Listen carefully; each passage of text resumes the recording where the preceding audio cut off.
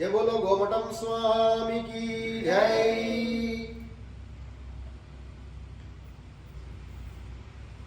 வேதத்தை சொல்லும் பொழுது எல்லா லோகங்களை காட்டிலும் மிக உயர்ந்ததான லோகமாக, நம்ம பூமிக்கெல்லாம் கூட மேற்பட்டதான லோகமாக விளங்கக்கூடியது சத்தியலோகம் அப்படிங்கிறதான பிரம்மலோகம்.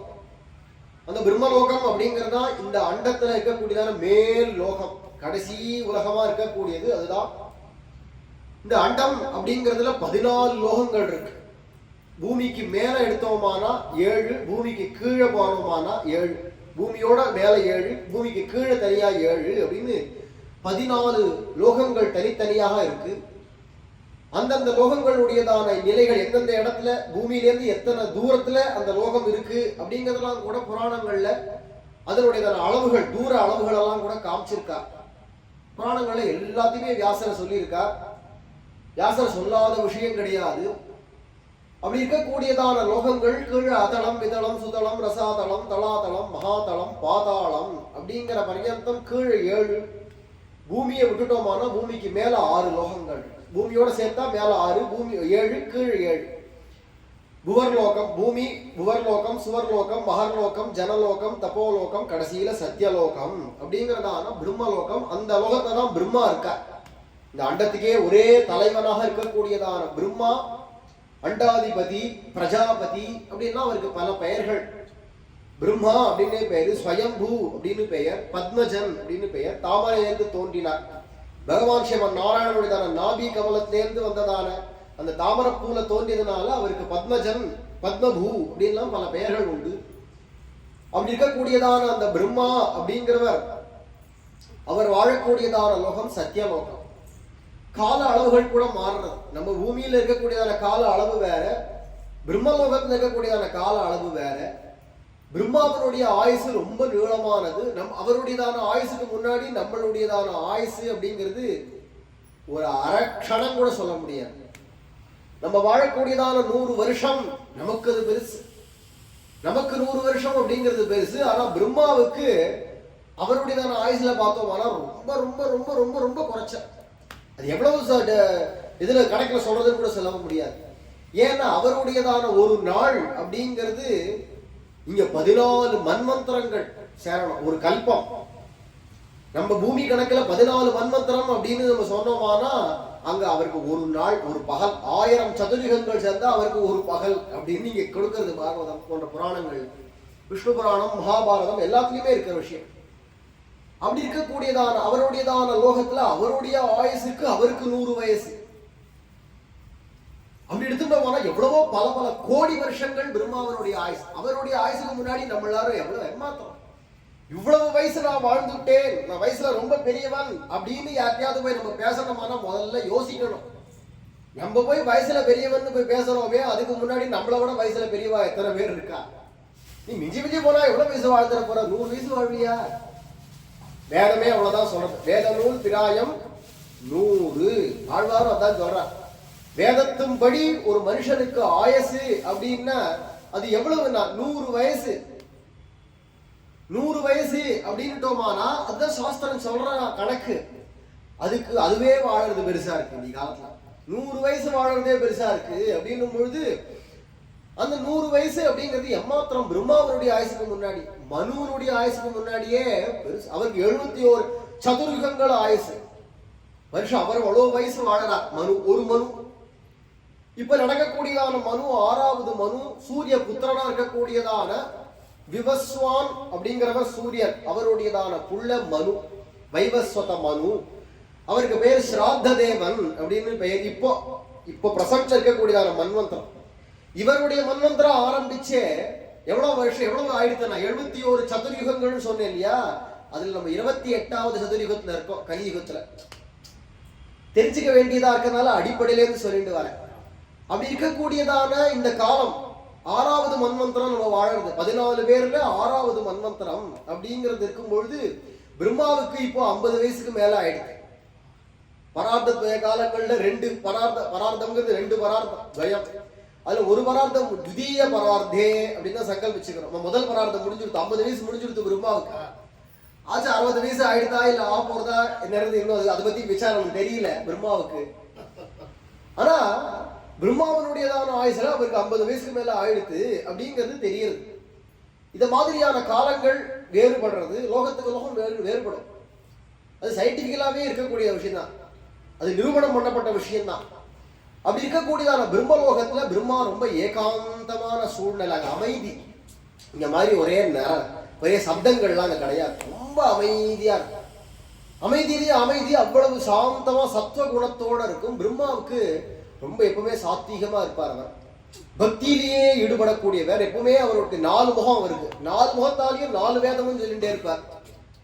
அதனாலதான் அவருக்கு 4 முகங்கள், 4 வேதங்களே அவருக்கு 4 முகங்களா இருக்கக்கூடிய பிரம்மா ரொம்ப சாத்வீகரா இருக்கக்கூடியவர். அந்த பிரம்மா இருக்கக்கூடியதான லோகம் அப்படிங்கிறதான் பிரம்மலோகம். இந்த அண்டத்திலேயே வச்சு மிக உயர்ந்த லோகம். அவருடையதான லோகம் அப்படிங்கிறது தான் ரொம்ப உயர்ந்ததாகவும், ரொம்ப தபசு புண்ணியங்கள் நிறைய பண்றவாழ்றாரோ அங்க போய் உட்காருவா. கடைசியில் பிரம்மலோகத்துல வாழ்க்கை கிடைக்கிறதுக்கே எவ்வளவு புண்ணியம் தெரியுமா? இந்திரனா போறது கூட சுலபம் தான். அதை பாக்குறச்சே பிரம்மலோகத்துக்கு போறதான முயற்சி இருக்கு இல்லையா, அதுக்கு பாக்குறச்சே இந்திரனா போறது கூட சுலபம் தான். 100 யாகம் பண்ணா போயிடலாமா? ஆனா அந்த 100 யாகம் தான் உருப்படியா பண்ண முடியாது, பண்ண விட மாட்டான் தேவேந்திரன். அவன் போஸ்ட் போறது இல்லையா, இல்ல இங்கதான் அடிச்சுக்கிறாங்கன்னு நினைக்காதீங்க. இந்த பூமியில தான் அரசியலுக்குன்னு நான் அந்த பதவி எனக்கு அந்த பதவி எனக்கு அந்த பதவின்னு அடிச்சுக்கிறான்னு வச்சுக்காதீங்க. அங்கேயும் அதே கதை தான், அங்கேயும் ஒண்ணும் பெருசா இல்லை.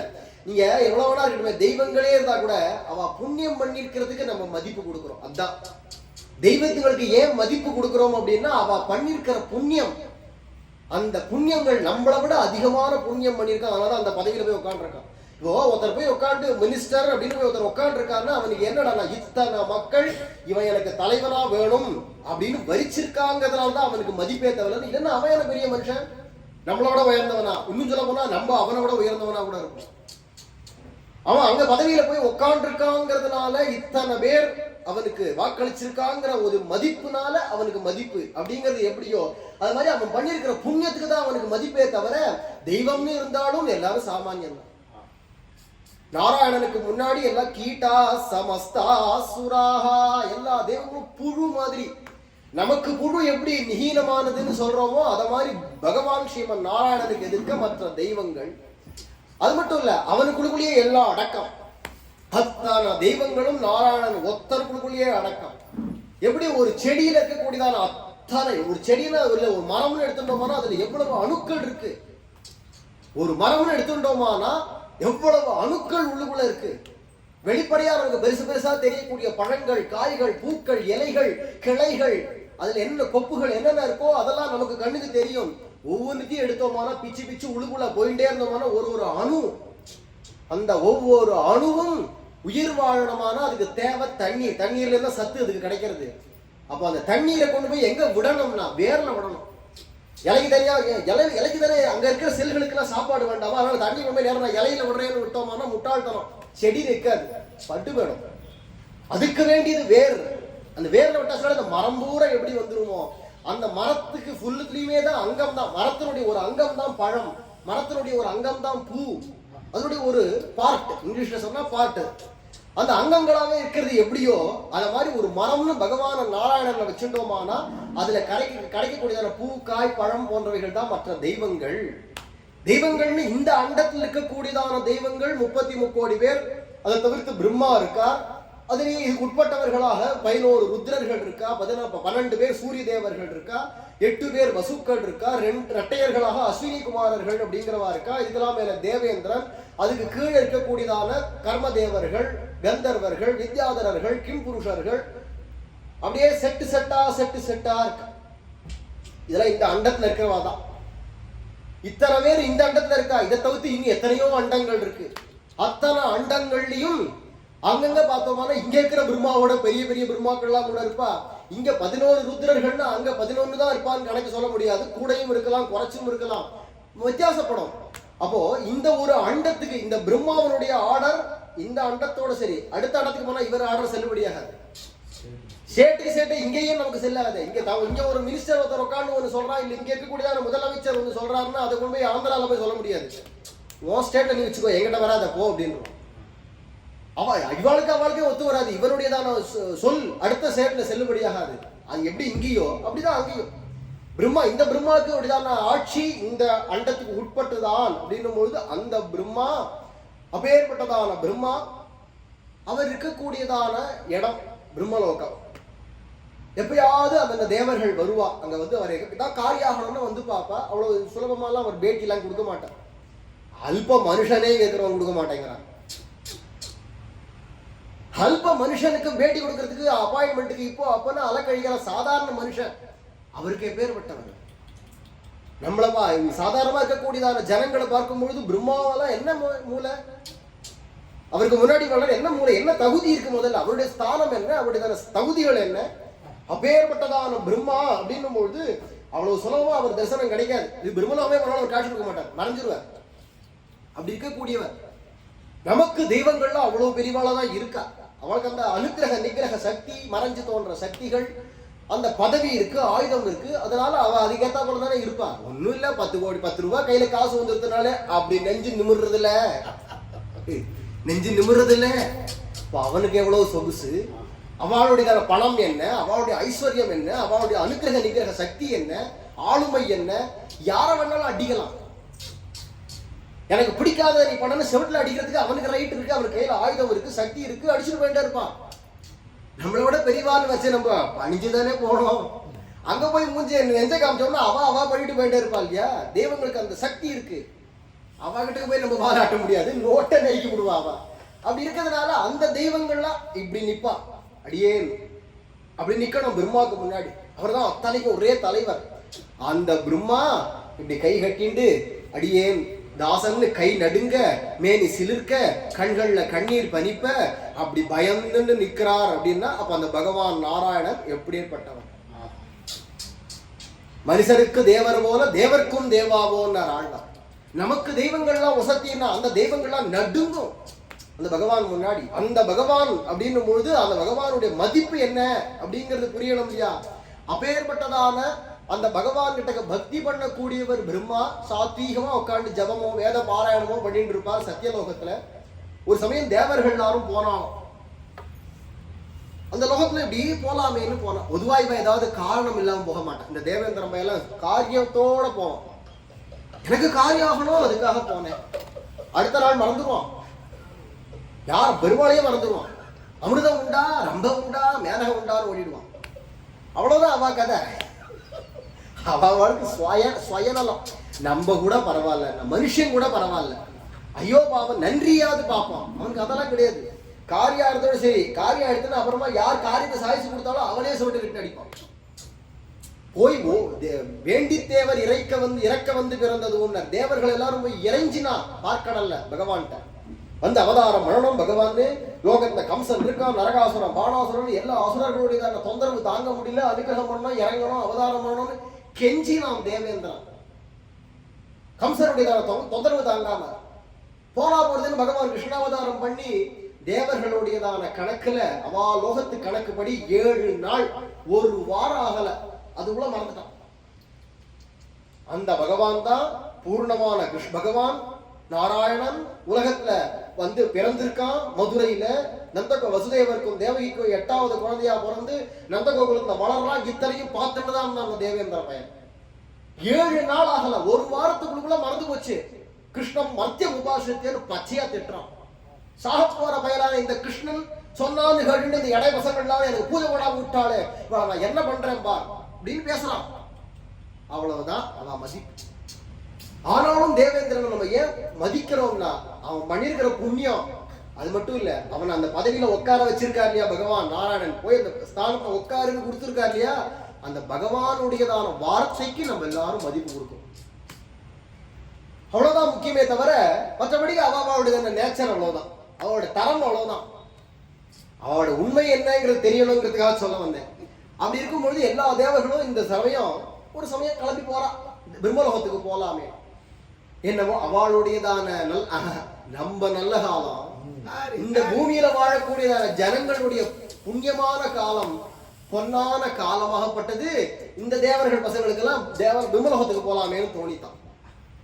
எந்த பிரச்சனையும் இல்லாம இருக்கச்சே போறான். அதுதான் விஷயம். ஏதோ ஒரு பிரச்சனை வந்து போனான்னா அது விஷயமே இல்லை, அது சுயநலம். எந்த பிரச்சனையும் இல்லாம அப்படி இருக்கக்கூடியதான ஒரு சாமான்யமான சமயத்துல போறான். போய் அங்க போய் பார்த்து பிரம்மதேவன்கிட்ட வணங்கிட்டு எல்லாரும் நிக்கிறா. பொதுவா பிரம்மாவை வந்து ஸ்தோத்திரம் பண்ணி பாடக்கூடாதுன்னு ஒரு சாபம். அது யார் கொடுத்தான்னா அவன் மனைவியே கொடுத்தா, வேற யாரும் இல்லை. அவர் பாவம் ரொம்ப சாந்தமானவர். அவர் சாந்தமா இருக்கலாம், அதுக்கு நம்ம பரிவாரம் சாந்தம் சொல்ல முடியுமா என்ன? சரஸ்வதி, பாரதி, காயத்ரி முதலியதான பல மனைவிகள் அவருக்கு உண்டு. அதுல பிரதானம் பாரதி, சரஸ்வதி 2 பேர். அந்த 2 பத்னிகள்ல அவளுக்குள்ள ஒரு சண்டை. நான் பெரியவளா நீ பெரியவளா, நான் வசத்தியா நீ வசத்தியா அடிச்சண்டா. பிரம்மா கிட்டக்கே போய் கேட்டுரும். நம்ம வீட்டுக்காரர் தானே, அவரே போய் கேட்டுரும். நான் வசத்தியா, நான் முக்கியமா அவ முக்கியமா, நான் வசத்தியா அவ வசத்தியா. 2 பேரும் வந்து கேட்டா. மூத்தவ சரஸ்வதி, இளையவள் பாரதி. பிரம்மதேவன் சொன்னார், வர்மா மனசு இந்த 2 பேரும் மனைவிகள்னு சொல்றோமே, இவ 2 பேருமே 2 தத்துவங்கள். பொதுவாகவே நம்ம இந்து மதத்தை சொல்லக்கூடியது எல்லாமே தத்துவமா தான் இருக்கு. தத்துவத்தை தான் புரியறதுக்கு இவ மனைவிகள் அப்படின்னு சொல்றோம். அவளுடைய சக்திய அவளுடைய பத்னியாக சொல்றது. அப்போ பிரம்மாவனுடைய முக்கியமான 2 சக்திகள் என்னடா, மனசு வாக்கு. இது 2ம் கனெக்டடான விஷயம். மனசு நினைச்சாதான் வாய் பேச முடியும். அப்படி இருக்கிறதுனால மனசு நினைக்கணும். அந்த மனசுக்கு அதிதேவதை பாரதி, வாக்குக்கு பேச்சுக்கு அதிதேவதை சரஸ்வதி. அது 2 பேரும். இப்ப நான் பெரியவளா நீ பெரியவளானே பிரம்மதேவன் இவ 2 பேருக்குள்ளுக்குள்ள யார் அழகா இருக்கா, யார் இல்ல குணமா இருக்கான்னு இவர் பார்க்கல. இவளுடைய தத்துவம் என்னன்னு பாக்குறார். அவ பேசின்றது நான் அழகா நீ அழகா, நான் வசத்தியா நீ வசத்தியா, என் குணம் என்ன உன் குணம் என்ன, நான் அவருக்கு பிடிச்ச மனைவியா நீ அவருக்கு பிடிச்ச மனைவியான்னு இவா இதை பேசிட்டு இருக்கா. பிரம்மதேவன் அவர் தான் வேதம், வேதஸ்வரூபனா பிரம்மதேவன் இருக்கிறதுனால அவருடைய கண்ணோட்டமே அப்படிதான் இருக்கும். இவோ மனசுக்கு அதி தேவதை, இவோ வாக்குக்கு அதி தேவதை.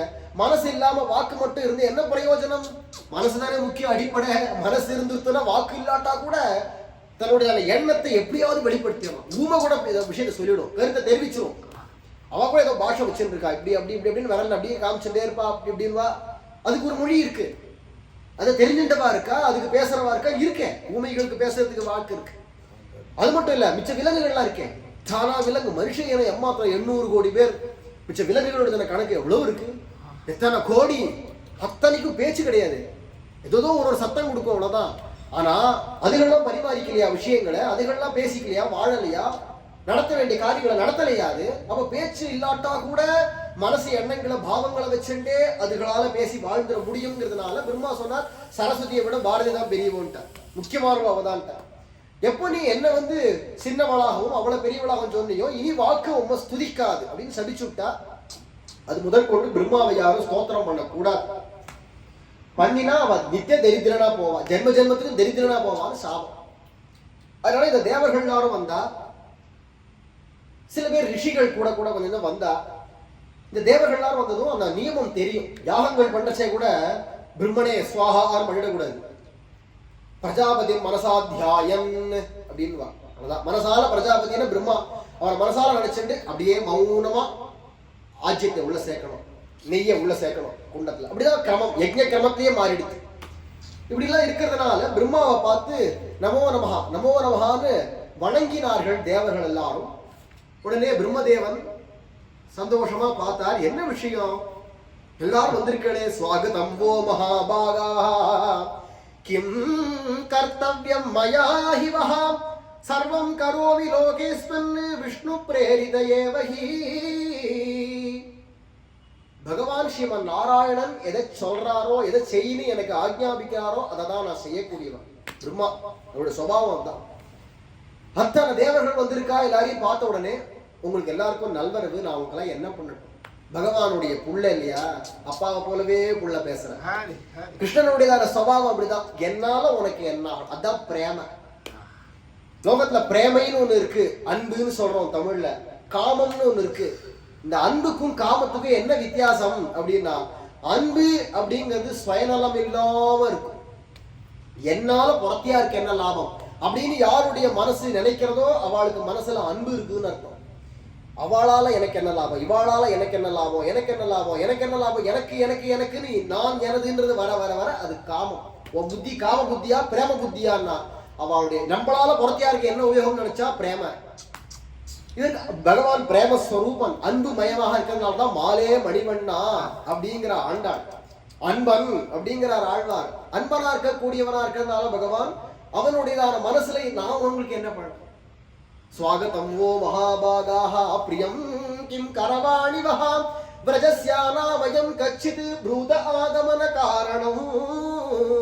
கண்ணன் சொல்றான், கோபிகள் எல்லாரையும் பார்த்து இத்தனை பேர் வந்திருக்கேன், உங்களுக்கு நான் என்ன பண்ணட்டும், உங்களுடைய வரவு நல்வரவாகட்டும் அப்படின்னு பகவான் பேசுற வார்த்தை. அதே மாதிரி பேசுறாரு பிரம்மா. அப்பாவை போலவே புள்ள பிரம்மா சொல்றார், பகவானை போலவே அழகா பேசுறார், உங்களுக்கு நான் என்ன பண்ணட்டும்.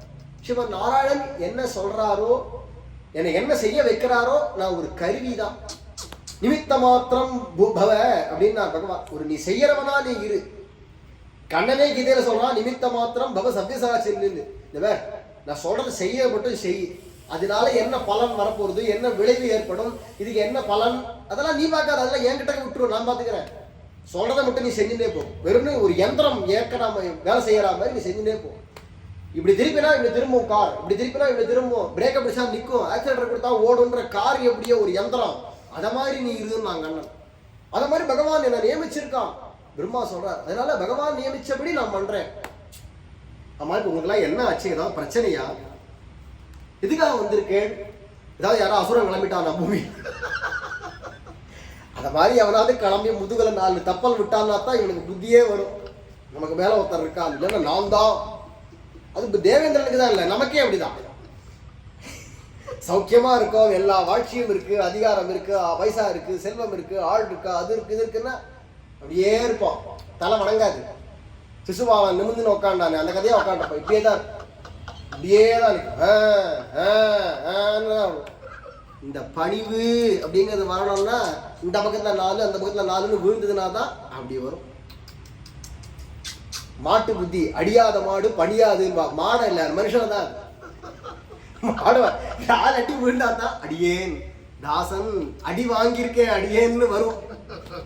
அடியேனுக்கு அர்த்தம் வேற, சும்மா சொன்னேன். அடியேன் அப்படிங்கிறதுக்கு அர்த்தம் வேற, அதோடைய ஆழம் ஜாஸ்தி அந்த வார்த்தைக்கு. சும்மா விளையாட்டுக்கே சொன்னேன். அடி வாங்கியிருக்கிறவன் அடியேன் இல்லைன்னு அடி வாங்கன்னு சொல்லுவேன், இந்த அடியேன் வராது. பேச்சு சொல்ல அடியேன் அடியேன் அடியேன் சொல்றேன் அடியேன் சொல்றேன் அப்படின்னு இப்படிதான் வரும். அடியேன் தாசன் அப்படின்ற ஒரு பணிவு வரணுமானா செவுட்ல 4 அடி விழுந்தாதான் வராது. இல்லைங்க, அடி வாங்கலன்னு வராது. ஒரு சமயம் ஒரு பக்தன் கோவில்ல போய் அழுதுகிட்டே இருந்தான், கடன் தொல்லை தாங்க முடியும். ஓன்னு அழறான் அழறான் அழறான். ஐயோ பெருமாள் கோவில்ல போய், பெருமாளே கடன் தொல்லை தாங்க முடியல, வாசலா போனாலும் கடன்காரன் வந்து நிற்கிறான், கொல்லையில போனாலும் கடன்காரன் வரான், எங்க போனாலும் கடன்காரன் வந்து தாங்க முடியல. ஒரு நாளைக்கு ரொம்ப கோபம் வந்துருக்கு. அந்த பெருமாளும் நல்ல சிரிச்ச முகமாக, கோவில்ல பெருமாள் நல்ல சிரிச்ச முகம், பார்க்கறதுக்கு பிரசன்னமா இருக்கார். பெருமாளை பார்த்து அன்னைக்கு கோபம் தலைக்கு மேல போய், நான் இவ்வளவு அழுதுன்னு இருக்கேன், உன் பக்தன் நீ இவ்வளவு சிரிச்சுட்டு இருக்கியே, கொஞ்சம் கூட உனக்கு ஈவிரக்கம் இருக்கான்னு கேட்டான். பகவானுக்கே பொறுக்கல, பட்டுன்னு வேற காட்சி விட்டான். ஏய் சும்மா நான் அழறேன் நீ சிரிக்கிறேன், நான் அழறேன் நீ சிரிக்கிறேங்கிறியே, இந்த சிரிப்பு இந்த முகத்துல வரதுக்கு நான் எவ்வளவு அடி வாங்கினேன் தெரியுமா அப்படின்னா. அந்த சிற்பி உளி சுத்தியில வச்சு என் வாயில எவ்வளவு அடி அடிச்சிருப்பான், எவ்வளவு அடி அடிச்சிருப்பான். அத்தனை அடியை வாங்கி வாங்கி வாங்கி வாங்கிதான் இன்னைக்கு இந்த சிரிச்ச முகம். அத மாதிரி நீயும் வாழ்க்கையில அடி வாங்க வாங்க வாங்க வாங்க நிஜமான சிரிப்பு வரும், இல்லைன்னா நடிப்பான சிரிப்பு தான். ஓகேமா, நன்னாக்க நடிப்பான சிரிப்பு, சிரிப்பை பார்த்தாலே தெரியலையா, உண்மையான சிரிப்புக்கும் நடிப்பான சிரிப்புக்கும். உலகத்தை எல்லாருமே நடிப்பு தான், சிரிக்கிறது எல்லாமே உண்மையான சிரிப்பு இல்ல, உள்ளுக்குள்ள வெந்துன்னு இருக்கும், உள்ளுக்குள்ள குமரின்னு கிடக்கும், வெள்ள ஹீன்னு சிரிப்பா. உண்மையான சிரிப்பு யார்கிட்ட இருக்கும்னா குழந்தைகள் இடத்துலையும் ஞானிகள் இடத்துலையும் பகவான் தான் உண்மையான சிரிப்பை பார்க்க முடியும். குழந்தைக்கு ஒன்றும் தெரியாது, அது இயற்கையா சிரிச்சுட்டு இருக்கும். ஞானிக்கு நான் எல்லாம் தெரியும், நல்ல பதப்பட்டவனா இருக்கிறதுனால உண்மையான அகத்திலேருந்து வரக்கூடியதான சிரிப்பு, அகத்திலேருந்து சிரிப்பு வரும், வாய் சிரிப்பு இல்லை. அப்படி இருக்கிறதுனால நல்லா அடி வாங்கியிருக்கான்னு அர்த்தம். ஞானிகளுக்குல அனுபவம் ஜாஸ்தி, அடின்னா வெறும் அடி மட்டும் இல்லை, அனுபவம். அந்த அனுபவம் எவ்வளவு ஏற்படுறதோ அவ்வளவுக்கு தான் உண்மையான சிரிப்பு வருமா இருக்கிறதுனால அப்பேற்பட்டதான அந்த அடியேன் அப்படிங்கிற பணிவு அது வரணுமானா அதுக்கேற்ற மாதிரி 4 விழுந்தாதான். பிரம்மா கேட்டார், என்ன ஏதாவது அசுரம் கிளம்பிட்டானா என்ன வந்துட்டு, அதெல்லாம் ஒன்றும் இல்லை. சும்மா இங்கே வந்தா எப்பவுமே அங்கே பிரம்மலோகத்தில் ஏதாவது ஒரு சத்சங்கம் நடந்துகிட்டே இருக்கும், ஏதோ உபன்யாசம் நடக்கும், வேதாந்த விசாரம் நடக்கும், 4 ரிஷிகள் வருவா, ஏதோ பேசிட்டு இருப்பா, ஏதோ நல்லதுக்காக நடந்துட்டே இருக்கும். அப்படிங்கிறதுனால இங்க வந்து உட்காண்டா நல்ல விஷயம் காதுல விழுமே அப்படின்னு தோணித்தான் தேவாளுக்கெல்லாம். வந்திருக்கோம் அப்படின்னதும் அப்படியா ரொம்ப சந்தோஷம் நான் பிரம்மா. ஒரு சத்சங்கம் நடக்க போறது அப்படின்னு ஆரம்பம் அப்படின்னு தெரிஞ்ச உடனேவே பட்டுன்னு பார்த்தா வைகுண்டத்துல இருக்கக்கூடிய நித்திய சூரிகள்லாம் அப்படியே ஜல்லு நீங்க தோண்டி விட்டாங்க. இந்த பக்கம் பார்த்தா ரிஷிகள் எல்லாரும் எங்கெங்கயோ காட்டுல உட்காந்து தபசு பண்ணிட்டு இருக்கிற ரிஷிகள் எல்லாரும் பட்டு பட்டு பட்டு தபசை விட்டா எல்லாரும் இங்க வந்து குமிஞ்சு விட்டா. பக்தர்கள் எங்கெல்லாம் திரண்டு பஜனை பண்ணிட்டு இருக்காளோ அவளாரும் குமிஞ்சு ஓடி வந்துட்டா. அவா ஏன்னா சத் சங்கம்னா இத்தனை பேரும் வந்துடுவான். ஒரு சத் சங்கம் நடக்கிறதுன்னு இங்க மனுஷா எத்தனை பேர் உட்காந்து இருக்காங்கிறது முக்கியம் இல்ல, அத்தனை பேரும் இங்க தேவர்கள் அத்தனை பேரும் 33 கோடி தெய்வங்களும் இப்ப இந்த இடத்துல தான். அத்தனை 48,000 ரிஷிகள் இங்கதான் இருக்கா.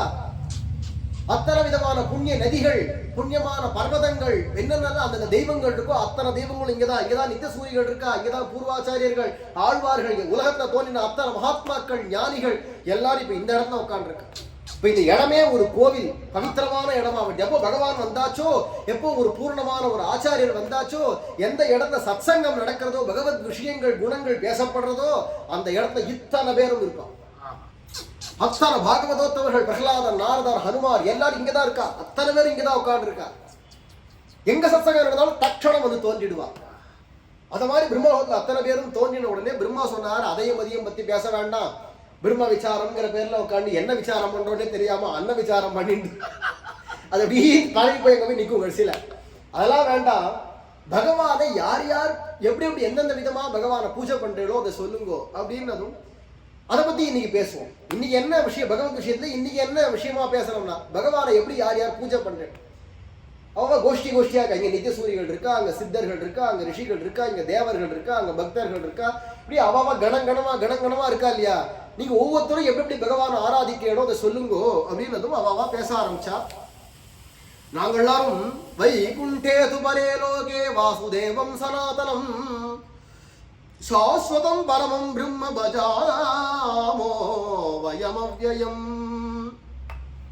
நித்திய சூரிகள் எல்லாரும் சொன்னா வைகுண்டத்தில் இருக்கக்கூடியதான வாசுதேவனா இருக்கக்கூடியதான பகவான சதா பஷ்யந்தி சூரயா திவீவ சக்ஷுராததம் அப்படின்னு வேதமே சொல்றது. தத்விஷ்ணோஹோ பரமம் பதகும் சதா பஷ்யந்தி சூரயா எப்பவுமே பார்த்துட்டே இருப்பா. கண்டால் பசி தீருமா, பார்த்தால் பசி தீரும். பார்த்தால் பசி தீரும் அப்படிங்கிறது எங்கடா வைகுண்டத்துல தான், இங்கெல்லாம் இல்ல. உன்னையே மூஞ்சிய பார்த்தா பசியா தீரும், இருக்கிற பசி கிளம்பும். இருக்க வாங்கிறது ஆள் இருக்க இவ்வளவு சோறு போட மாட்டேங்கிறீங்க கோவம் தான் வரும், பசி தான் கிளம்பும். அது இது இந்த லோகம். இந்த வச்சனம் எங்கே தீவிர வச்சனம் வைகுண்டத்துக்கு. அங்க போயாச்சுன்னா பாக்குறது தான் பகவான். அப்படியே அது கண் கொட்டுறது கூட கிடையாது, அப்படியே பார்த்துட்டே இருக்கு. சதா பஷ்யந்தி சூரயா.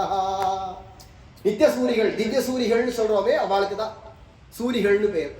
அவர்கள் அப்படியே பார்த்துட்டே இருப்பா. பார்க்கறது தான் அங்க பூஜை. நாங்க கண்ணால பார்க்கறதே அவருக்கு பூஜை தான் அப்படின்னு நாங்க பக்தி பண்றோம். பார்க்கறதே பக்தி அப்படின்னு பக்தி பண்றோம்னா ஞானிகளாக கூடியவர்கள் எல்லா இடத்துலையும் பகவான் இருக்கான். வாசுதேவ சர்வமிதி.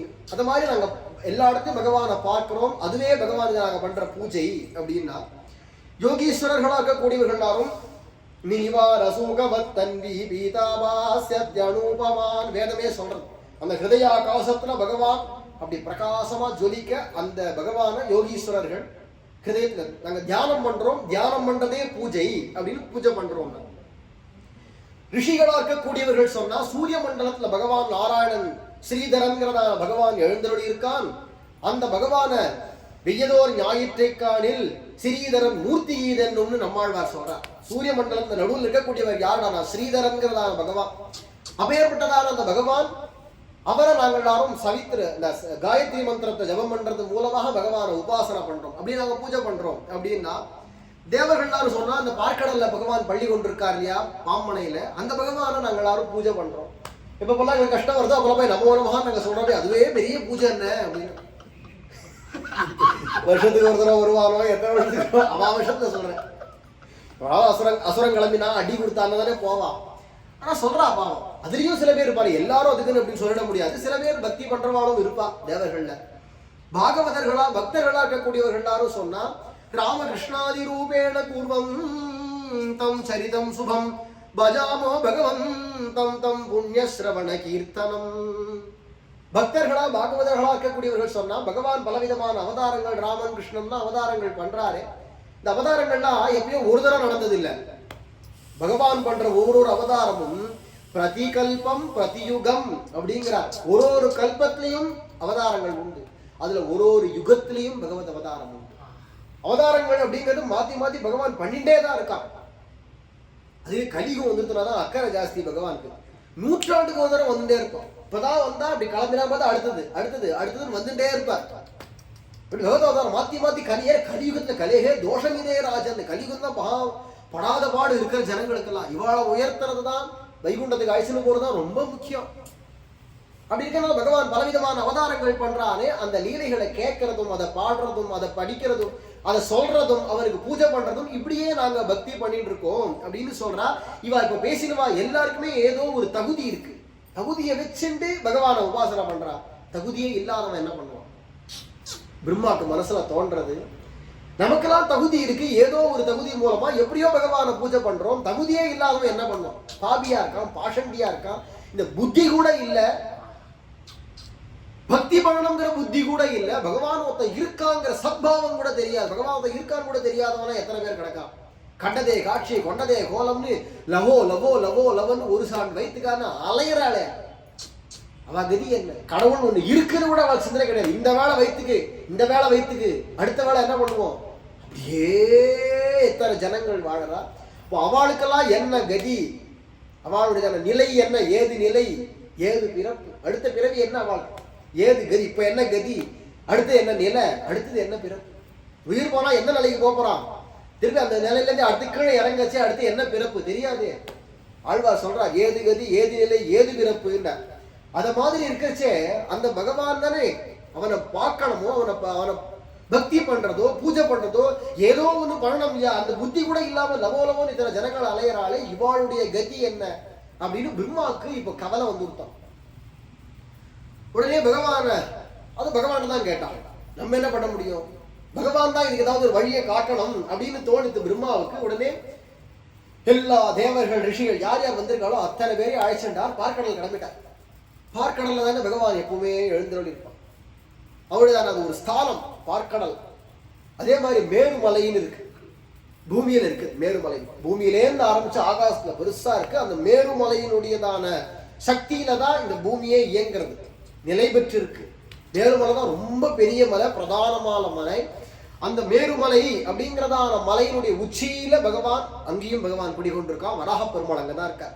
வராகஸ்தானம் தான் அப்பேற்பட்டதான வராக பெருமாள் அங்க இருக்கக்கூடியதான இடம். இந்த மாதிரி பகவானுக்கு பலவிதமான இடங்கள். சங்கர்ஷண ஸ்தானம் பாதாளத்துல இருக்கு, ஆதிசேஷனுடையதான இடம் பாதாளம், அங்கேயும் பகவத் ஸ்தானம் தான். அதுக்கும் கீழே கூர்மஸ்தானம்னு இருக்கு, அந்த கூர்மாவதார பெருமாள் இன்னைக்கும் இருக்கார். அது மாதிரி பகவானுக்கு இந்த அண்டத்திலே பல மற்ற இடங்கள்லாம் வீடுகள் உண்டு. வீடுகள்ன்றது கோவில்கள், பகவானுடைய கோவில்கள் இருக்கு. அதுல பார்க்கடல்ல போனா பகவான தரிசனம் பண்ணலாம்னு இவர் கலந்து போறார். எப்பவுமே பகவான் தரிசனம் ஆகாது பிரம்மாவுக்கே, தேவேந்திரனுக்கு தான் இல்லை, பிரம்மாவுக்கே ஆகாது தரிசனம்.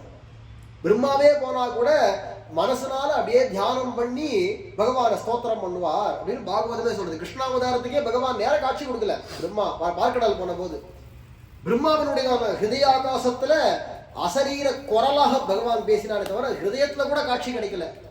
பிரம்மாதீனாம் வான்மனசா கோச்சரே ஸ்ரீமதி வைகுண்டே திவ்யலோகே. சுவாமி ராமானுஜர் சொல்றார், பிரம்மாதிகளா இருந்தா கூட அவருடைய பேச்சுக்கும் மனசுக்கும் அப்பாற்பட்டது இந்த பகவானும் அப்பாற்பட்டவன், அவருடைய லோகம் பரமபதமும் அப்பாற்பட்டது அப்படிங்கிறச்சு. இந்த முறை போறோம், பகவான் காட்சி கொடுக்கணுமே அப்படின்னு நினைச்சுட்டே போறாரு பிரம்மா. போய் பகவான பார்க்கணும்னு பார்த்தா இவர் வந்ததும் வராதமா பகவான் ஜல்லுன்னு காட்சி கொடுக்குறார். இந்த முறை இவர் பகவானை கூப்பிட கூட இல்லை, வந்து நிற்கிறார். பார்த்தா பகவான் காட்சி கொடுக்கிறார்.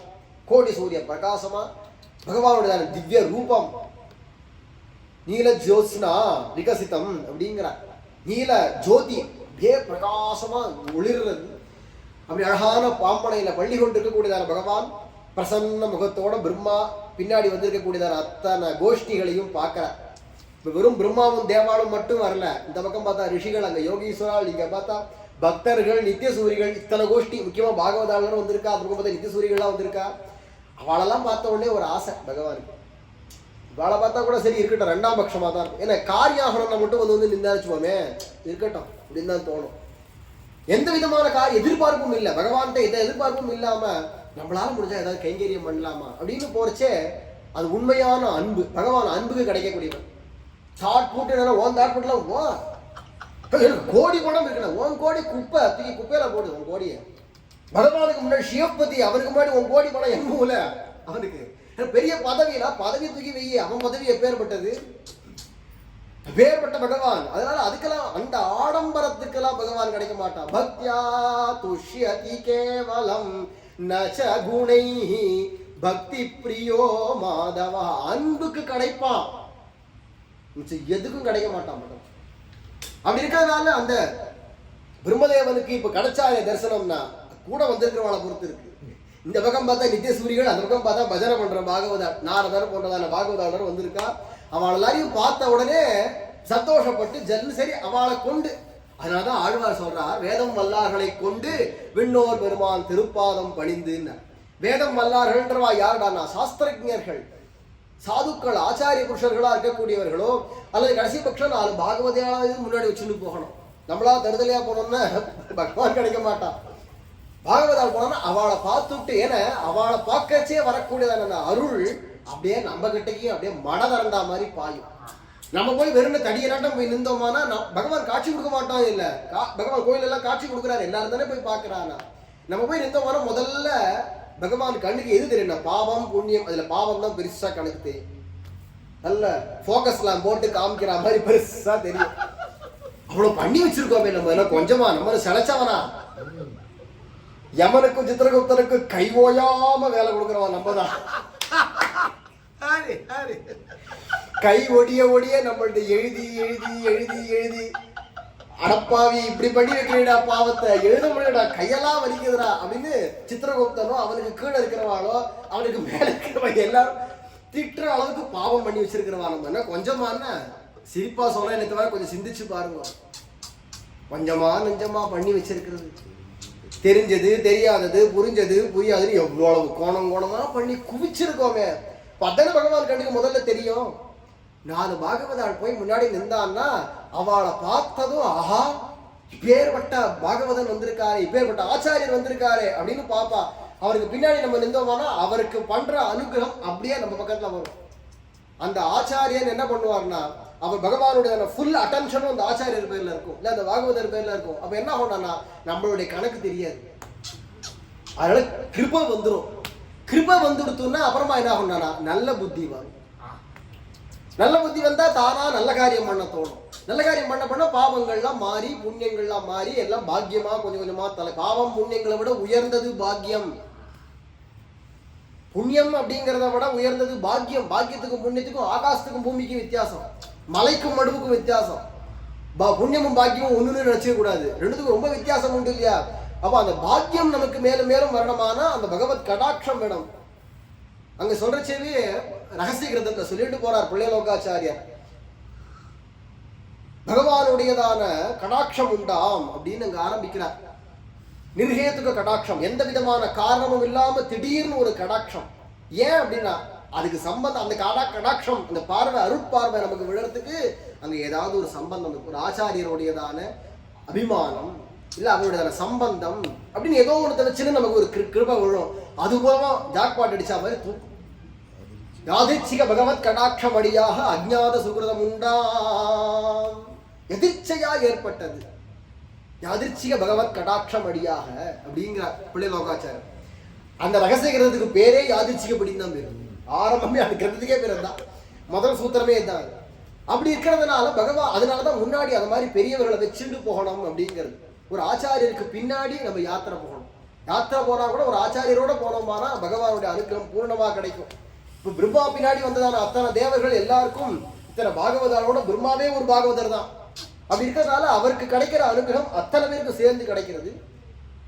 சந்தோஷமா பகவான் மாறும். என்ன விஷயம் அப்படின்னதும் பகவானை குறித்து ஸ்தோத்திரம், வேதாந்த பரமா ஸ்தோத்திரம் பண்றார்.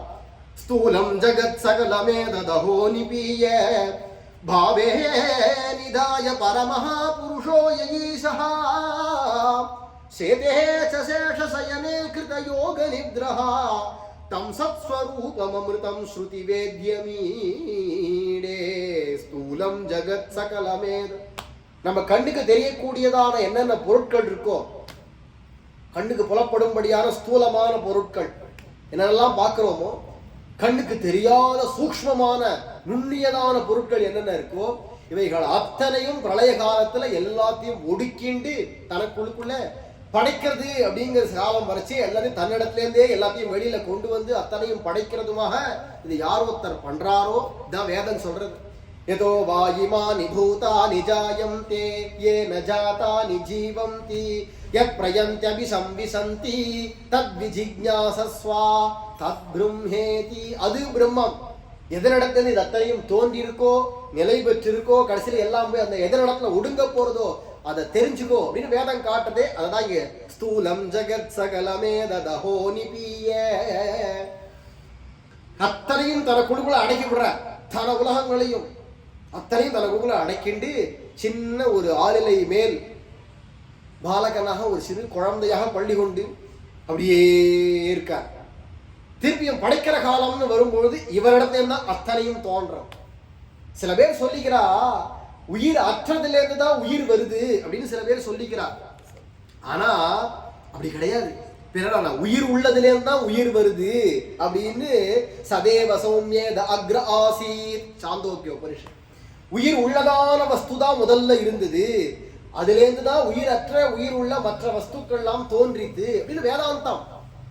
இவர் பிரம்மாவா இருக்கிறதுனால, பிரம்மா வேதஸ்வரூபனா இருக்கிறதுனால வேதாந்த பரிமளமா அவர் ஸ்தோத்திரம் பண்றார். வேதாந்தமே அவர் பேச்சு கூறவர். வேதாந்த பரமா பகவான ஸ்தோத்திரம் பண்ணி அப்பேற்பட்டதான ஒரு பூர்ணமான பிரம்மமா இருக்கக்கூடியவன் அத்தனையும் ஆரம்பத்தை சொன்னேனே, ஒரு மரம் அப்படின்றது பகவான் எடுத்துட்டோமானா அவருக்கு கிளைகள், பூக்கள், காய்கள், கிழங்குகள்ன்ற மாதிரி தான் மிச்சம் எல்லாம். இந்த உலகமே அவர் தான் அப்படின்னு கண்ணனே கீதையில சொல்றான். ஊர்தமூலம் அதசாகம் அஸ்வத்தம் பிராகுரவ்யம் சந்தாம்சியஸ்ய பர்ணானி அப்படின்னு கீதையில 16வது அத்தியாயத்தை சொல்லிட்டு போறான் கண்ணன். எடுத்தெடுப்புலயே பகவான் தான் பெரிய மரமாக இருக்கான். அதுல இருந்து ஏற்பட்டதுதான் மிச்ச உலகங்கள் எல்லாமே. அப்பேற்பட்டதா இருக்கிறதுனால அதெல்லாம் கூட சொல்லிட்டு போறாரு இங்க ஸ்தோத்திரத்துல. அப்பேற்பட்ட எம்பெருமானான உண்மை ஸ்தோத்திரம் பண்றேன் அப்படின்னு ஸ்தோத்திரம் பண்ணி, இப்பேற்பட்டதான இந்த கோரமான இந்த உலகத்துல பாபிகளே நிறைய பேர் இருக்கா, பாஷண்டிகள் நிறைய பேர் இருக்கா. யாரோ சில பேர் தான் இந்த பாதையிலேருந்து தப்பிச்சு இந்த பட்சத்திலிருந்து தப்பிச்சு பகவத் பக்திங்கிறதான பட்சத்துக்கு வரா. சுக்ருத விசேஷம் தான், இல்லைன்னா வர முடியாது. அப்படிலாம் அப்படி இருக்கும்பொழுது அத மாதிரி எந்த விதமான தகுதியும் இல்லாத ஜனங்களுக்கு என்ன கதி? அவளாரும் எப்படி உங்க பாப்பா உங்ககிட்ட எப்படி பக்தி பண்ண முடியும்? ஏதோ ஒரு தகுதி இல்லைன்னா பகவத் தரிசனம் கிடைக்காது. சாட்சாத்காரமா பகவான தரிசனம் பண்றதுக்குன்னு ஏதோ ஒரு தகுதி இருக்கு. அது என்னதுன்னு தெரியல, அது என்னதுன்னு காட்டல எங்கேயுமே. இவ்வளவு ஏன்னா தேவேந்திரனை பார்க்கணும்னா அதுக்கு என்ன தபசுன்னு இருக்கு, சிவனை பார்க்கணும்னா அதுக்கு இவ்வளவு தபசுன்னு இருக்கு, பிரம்மாவை பார்க்கணும்னா இவ்வளவு வருஷம் தபசு பண்ணணும்னு எல்லாம் கணக்கு இருக்கு. ஆனா பகவான பிரத்யட்சமா பார்க்கறதுக்கு என்னன்னா பகவானா சந்தோஷப்படணும், அவன் சந்தோஷப்படணும் அப்படிங்கிறது தானே ஒழிய இதை பண்ணா பகவான் காட்சி கொடுப்பான்னு எங்கேயுமே கிடையாது. ஏன்னா அவருக்கு விலை கிடையாது, பகவானுக்கு விலை பேச முடியாது. நான் இவ்வளவு தபசு பண்ணிருக்கேன், நீ காட்சி கொடுத்தா தேவாளுக்கெல்லாம் அது உண்டு. தேவாகா கர்ம சச்சிவாகாங்கிற நம்ம பண்ணக்கூடியதான புண்ணிய கர்மாக்களுக்கெல்லாம் அடிமையா வந்து நிக்கணும். அவளுக்கு அது தலையெழுத்து. தேவர்களுக்கெல்லாம் பகவானுக்கு அப்படி கிடையாது. அப்படிங்கிற சுதந்திர புருஷனா இருக்கிறதுனால அவனுக்கு சந்தோஷப்படணும், அதுக்கேற்ற மாதிரி நம்ம பண்ணிட்டே இருக்கணும்ங்கிறதா இருக்கிறதுனால அத மாதிரி பகவானை நேர பார்க்கறதுக்கு தகுதி யாருக்குமே இல்லையே ஜனங்களுக்கு. அப்ப அவளுடையதான பாக்கியம், அவளுக்கு பாக்கியம் கிடைக்கிறதுக்கு என்ன வழி? நீர் தான் அதுக்கு ஏதாவது ஒரு வழி காட்டணும் அப்படின்னு அதுவும் பகவான் சொன்னா.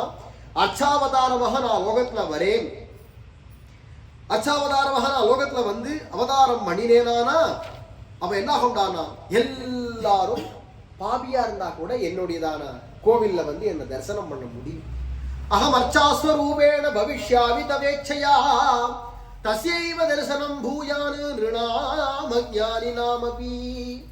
நான் லோகத்துல ஒரு அர்ச்சாவதாரமாக பூஜை பண்றதுக்காக ஒரு விக்கிரகமான ஒரு ரூபத்துல நான் லோகத்துல பிரகடனமாக போறேன். அத மாதிரி வந்தாச்சுன்னா அது யார் பாபியா இருக்கட்டும், கசடனா இருக்கட்டும், மொரடனா இருக்கட்டும், திருடனா இருக்கட்டும், அயோக்கியனா இருக்கட்டும், யாரா இருந்தாலும் என்ன சுலபமா வந்து பார்க்கலாம், என்ன தரிசனம் பண்ணலாம், அந்த பாக்கியத்தை பெறலாம். அப்படி இருக்கிறதுனால அர்ச்சாவதாரமாஸ்ரித்ய கிருத்வா பக்தி மகல்மஷாம் பிராப்ஸ்யந்தி நிகிலாமர்த்யா மமைவ பரமம் பதம். அத மாதிரி நான் அர்ச்சாவதாரமா வந்தேனானா தூய்மையான அன்பு என்பால் செலுத்தி எங்கிட்ட கூமையான அன்பு செலுத்தி பக்தி பண்ணி எல்லாரும் பரமபதத்தை அடையலாம். அதனால நான் அர்ச்சாவதாரமாக தோன்ற போறேன் அப்படின்னு பகவான் சொல்லிவிட்டு ஜல்லுன்னு மறைஞ்சு போயிட்டான். தோன்ற போறேன்னு சொல்லியிருக்கார். பிற்காலத்துல நான் தோன்றேன்னு சொல்லல, தோன்ற போறேன்னு இப்போ தோன்ற போறா அப்படின்னு பிரம்மாவுக்கு மனசுல தோன்றது. சரி பகவான் அவதாரம் பண்ணுவார், கிளம்புவோம் அப்படின்னு கிளம்பிடல. கிளம்புவோம்னு தோணல பிரம்மாவுக்கு. ஏன்னா பகவான் தான் தோண வைக்கிறான். தியோ யோன பிரச்சோதயா ததாமி புத்தியோகம் தம் அப்படின்னு சொல்றது போல பகவான் உண்மையிலும் தோன்றான். நான் தோன்ற போறேன், காத்திரு அன்பா காத்திரு அப்படின்னு திருவேங்கடமுடையான் ஒரு பக்தர்கிட்ட சொன்னாராம். சேர்த்து கட்டிண்டு இந்த பக்தர்கிட்ட அவருடைய அப்படி தோல் அப்படி கட்டிண்டு அன்பா காத்திரு கிழக்கு திசையை நோக்கி காட்டுறான். ஏன்னா அவர் வைகுண்டத்தை போய் பார்க்கணும்னு ஆசைப்பட்டார் இந்த பெரியவர். அதனால கிழக்கு பக்கமா காட்டி அன்பா காத்திரு ஒரு ஐஷனு போறேன் அப்படின்னு காமிச்சாராம். அந்த மாதிரி காத்திரு அப்படின்னு உள்ளுக்குள்ளே பகவான் சொல்றான். காத்துட்டே இருக்கார் பிரம்மா, அப்படி பார்த்துட்டே இருக்கார். திடீர்னு பார்த்தா ஜல்லுன்னு காத்து. சாதாரண கடல்னா காத்து வீசும், பார்க்கடல்லையும் காத்து உண்டு. ஆனா இப்ப என்ன சொல்றா, காத்து புயல் காத்து மாதிரி அடிக்கிறது. ஜிலு ஜிலு ஜிலு வேகமான காத்து அடிக்கிறது. அலைகள் பெருசு பெருசா வருது, கொந்தளிக்கிறது கடலே. ஏவம் ததா ஸ்துவந்தி ஸ்துன்வதி வேத கர்ப்பே க்ஷீராம்புராசேஹே தரளஸ்ய தூர்ணம் தரங்கநாதஹ சுமஹஸ்ததா பூத் பிரசண்டவாதேன சமீரிதஸ்ச. பெரிய பெரியதான அலைகள் சோ சோனு பொங்கிறது, கடலே கொந்தளிக்கிறது, காத்து பயங்கரமா வீசுறது. தடாம்பரே பூத் பரம பிரகாசஹ பிரபாகராணாம் பகுகோடி துல்யஹ பிரதாடிதாக்ஷாஹ பிரபயாதயாதே தஸ்துஷ்ச தேவா திவி விஸ்மிதாஸ்ச. திடீர்னு பார்த்தா அப்படியே அந்த கடல் கொந்தளிச்சுருக்கு. கீழே மேல ஆகாசத்துல பார்த்தா கோடி சூரியன் ஒரே சமயத்துல தோன்றினா மாதிரி ஒரு வெளிச்சம் தெரியுது. ஒரு சூரியனை மத்தியானத்தையும் நம்ம கண்ணால பார்க்க முடியல, திணறோம். பூத கண்ணாடி வச்சு பார்க்கலாமான்னு பார்த்துட்டு இருக்கோம். அதுலேயே பூத கண்ணாடி கூட செல்லாது, பூத கண்ணாடி கண்ணை புசிக்கப்படும். அதுலேயே ஏதாவது கருப்பு கண்ணாடி ஏதாவது இருந்து வச்சு பார்க்கலாமா, அப்படித்தானே பார்க்க முடியுது. ஒரு சூரியனையும் நம்ம கண்ணால பார்க்க முடியல, நம்ம கண்ணுக்கு அவ்வளவுதான் சக்தி. ஆனா தேவாளுக்கு அவ கண்ணே நெருப்புனால ஆனதுதான், உடம்பே நெருப்புனால ஆனது. நமக்கெல்லாம் காத்து ஆகாசம் அதே மாதிரி தண்ணீர் நெருப்பு பூமி அப்படிங்கிற 50 பூதங்களுடைய கலவை நம்ம உடம்பு. நம்ம உடம்புல 50 பூதங்களும் இருக்கு. ஆனா தேவாளுக்கு வெறும் நெருப்பு மட்டும்தான். நெருப்புக்கு நெருப்பு பார்க்கறது ஒன்றும் பிரச்சனை இல்லைன்னா, அப்படி இருக்கிற தேவாளுக்கே கண்ணு கூசுறதா, படபடன்னு அடிச்சுக்கிறதா, கண்ணு கூசுறது, கண்ணு திறக்க முடியல, அப்படி கண்ண கண்ண சிமிட்டுறாங்க. பிரபாகராணம் பிரதாடிதாக்ஷாஹா பிரபயா அப்படிங்கிற அந்த ஒளியை பார்த்ததும் இந்த ரப்பைகள்லாம் அடிச்சுக்கிறதான், கண்ணை திறந்து பார்க்க முடியல. அப்பேற்பட்ட ஒளி எதிர்க்க தெரியறது. புஷ்பாணி தேவாவருஷுஸ்ததாகே சித்தாஸ்ச வித்யாதர கிண்ணராஸ்ச ஜகுஹூச்ச கந்தர்வகணா பிரஹிஷ்டாஹ. பலவிதமான வாத்தியங்கள்லாம் வாசிக்கிறாங்க, திரண்டிருக்கக்கூடியதான அத்தனை பேரும். சில பேர் பூமாரி பொழியரா, உச்சைஸ்வரத்துல உச்சமா கத்தி பாடுறார்கள் சில பேர். ததா விராசீது பிரணவஸ்வரூபம் விமானமேதது கலசைஹி உபேதம் ஜாஜ்வல்யமானம் பகுசுந்தரஞ்ச க்ஷீராப்தி மத்யாத் ஸ்வயமேவ ஜாதம். இந்த பெரிய பார்க்கடல் நடுவுலேந்து தங்கமயமான ஒரு கலசம் தோன்றும். ஓம்கார வடிவத்தில் இருக்கக்கூடியதான அந்த பிரணவாகாரமான விமானம் ஜல்லுன்னு அப்படி வெளியில தெரியறதாம், கோடி சூரிய பிரகாசமாக. அதனுடையதான எதிர்க்க பார்த்தா கருடாழ்வார், காலார்ந்த கதி கருடன் என்றும் வென்றி கடும் பறவை அப்படிங்கிறார் ஆழ்வார். எதிர்க்க பெரிய கருடன், ஸ்ரீரங்கத்துல போய் பாருங்க. அதுவும் அவர் செவப்பான வர்ணத்துல அவர் அப்படி நிக்கிற உட்காண்டிருப்பார். ஒரு காலை குத்திட்டு வச்சுன்னு ஒரு காலை அப்படி மடிச்சு வச்சுட்டானா அப்படியே இப்போ கண்ணுக்கு முன்னாடி தெரிகிறார். அந்த நகங்கள்லாம் கூட அவ்வளோ எடுப்பா அப்படி ஷார்ப்பா நிற்கும், கை குவிச்சுண்டு அப்படி பார்த்துட்டு இருப்பார். பார்க்கணுமே அப்பா. வாசல்ல 2 பக்கமும் 2 பேர், அங்கித பெருமாள் கொண்டதார். அவன் 2 பேர் துவாரபாலகா, கருடனுக்கு அவர் தான் துவாரபாலகா. அவன் 2 பேரும் வாசல்ல நிற்க, உள்ளுக்குள்ள கருடாழ்வார் அப்படி மூல மூர்த்தி உட்காண்டிருப்பார். சொல்றார், விராஜதே யத் புரதோ கருத்மானு. கருடாழ்வார் எதிர்க்க உட்காண்டிருக்க, சேனாபதே யஜ்ஞவராஹ ரூபோ விபர்த்தி சம்ரக்ஷதி என் முகுந்தஹா. வாசல்ல பார்த்தா ஜெயவிஜயர்கள் பாயில் காப்பாளர்களா இருக்கா. பக்கத்துல பார்த்தா விஸ்வக்சேனர் ஒரு பக்கம், யஜ்ஞவராகர் ஒரு பக்கம், எல்லாரும் உள்ளுக்குள்ளேயே இருக்கா ஸ்ரீரங்கத்துல. அப்படி இருக்க அத்தனை பேரோட காயத்ரி மந்திரம் அப்படிங்கிறது 24 அக்ஷரங்கள் எழுத்துக்கள் கொண்டது. அதுக்கேத்தா போல அந்த இடத்துல பார்த்தோம்னா 24 தூண்கள் கொண்டதான மண்டபம், காயத்ரி மண்டபம்னு இன்னைக்கும் இருக்கு ஸ்ரீரங்கத்தில். அதுக்கு அடுத்தது துவய மண்டபம்ங்கிற 2 தூணோட இருக்கக்கூடியதான மண்டபம். இது ரெண்டுத்தையும் தாண்டினா உள்ளுக்குள்ள பார்த்தா பகவான் சேஷ பர்யங்கத்துல ஆதிசேஷன் மேல பள்ளி கொண்டு ஆஜானு பாகுவாக பெரிய ரூபத்தோட பகவான் பள்ளி கொண்டிருக்கான். அப்பேற்பட்டதான இருளிரிய சுடர்மணிகள் இமைக்கும் நெற்றி இனத்துத்தி அணிபணம் ஆயிரங்களார்ந்த அரவரச பெரும் சோதி அனந்தன் அப்படின்னு ஆழ்வார் சொல்றது போல 1000 பணாபணங்களோட ஆதிசேஷன் அவர் மேல பகவான் பள்ளி கொண்டிருக்கார். மேல விமானத்துல பார்த்தா எல்லா சித்தர்கள் எல்லாரும் அந்த விமானத்தை பாதுகாக்கிறா. பஞ்ச ஆயுதங்கள் பகவானுடைய சங்கு சக்கரம் கதை வில் வாழ் அப்படிங்கிறதான 50 ஆயுதங்களும் காவல் காக்கிறது. அப்பேற்பட்டதான விமானம், விமானத்திலேயே மாயை இருக்கா. பகவானுடைய அந்த திருவடி வாரத்துல மாயை கைகுவிச்சுட்டு இருப்போம். அம்பாள் மாயைன்னு சொல்றோமே அந்த மாயா சக்தி. ஏண்டானா பகவான் கிட்டக்க நீ பக்தி பண்ணியானா கை கட்டின்னு நிற்போம். பகவான்கிட்ட பக்தி பண்ணாம இருந்தனா எல்லாமே ஆடும். ருத்ரதாண்டவம் ஆடுவோம். மாயை துர்க மம மாயா துரத்தியா. நானா சொல்லல, சும்மா பகவானே கண்ணனே கீதையில சொல்றான். மம மாயா துரத்தியா மாம் ஏவ ஏ பிரபத்தியம் தே மாயா மேதாம் தரம் தித்தே தெய்வீகேஷா குணமயி. முக்குணமயமா இருக்கக்கூடியதான ரஜோகுணம் தமோகுணம் சத்வகுணம்ங்கிற 3 குணங்கள் வடிவமா இருக்கக்கூடியதான அந்த மாயை யாராலையும் கடத்தற்கு அரியது. தாண்ட முடியாது, யாராலையும் ஜெயிச்சிட முடியாது அந்த மாயைய. யார் ஒருவன் என்ன ஒண்டி அங்க அழுத்தறான் பகவான். என் ஒருவனையே யார் ஒருவர் சரணாகதி பண்ணி என்ன தவிர வேற புகழ் கிடையாது, வேற கதி கிடையாது அப்படின்னு யார் ஒருவன் இருக்கானோ அவன் என்னுடைய அனுகிரகத்தினால இந்த மாயையை தாண்டுவான் அப்படின்னு கண்ணன் கீதையில அழுத்த நிறுத்தமா சொல்றான். அப்பேர் அதை காட்டும் வண்ணமாக மாயை திருவடி வார்த்தையே இருக்க. அந்த விமானத்துல பரவாசுதேவன் இருப்பார், சங்க சக்கர தரனா பரவாசுதேவன் இருப்பார். எல்லாருமே அங்க இருக்க விமானத்துல அத்தனை பேரும். கஜமுகர் அப்படிங்கிறதான தும்பிக்கை ஆழ்வார், அவர் விஷ்ணு கண பார்ஷதர், அவர் விஸ்வக்சேனருடையதான சிஷ்யர் அவர்.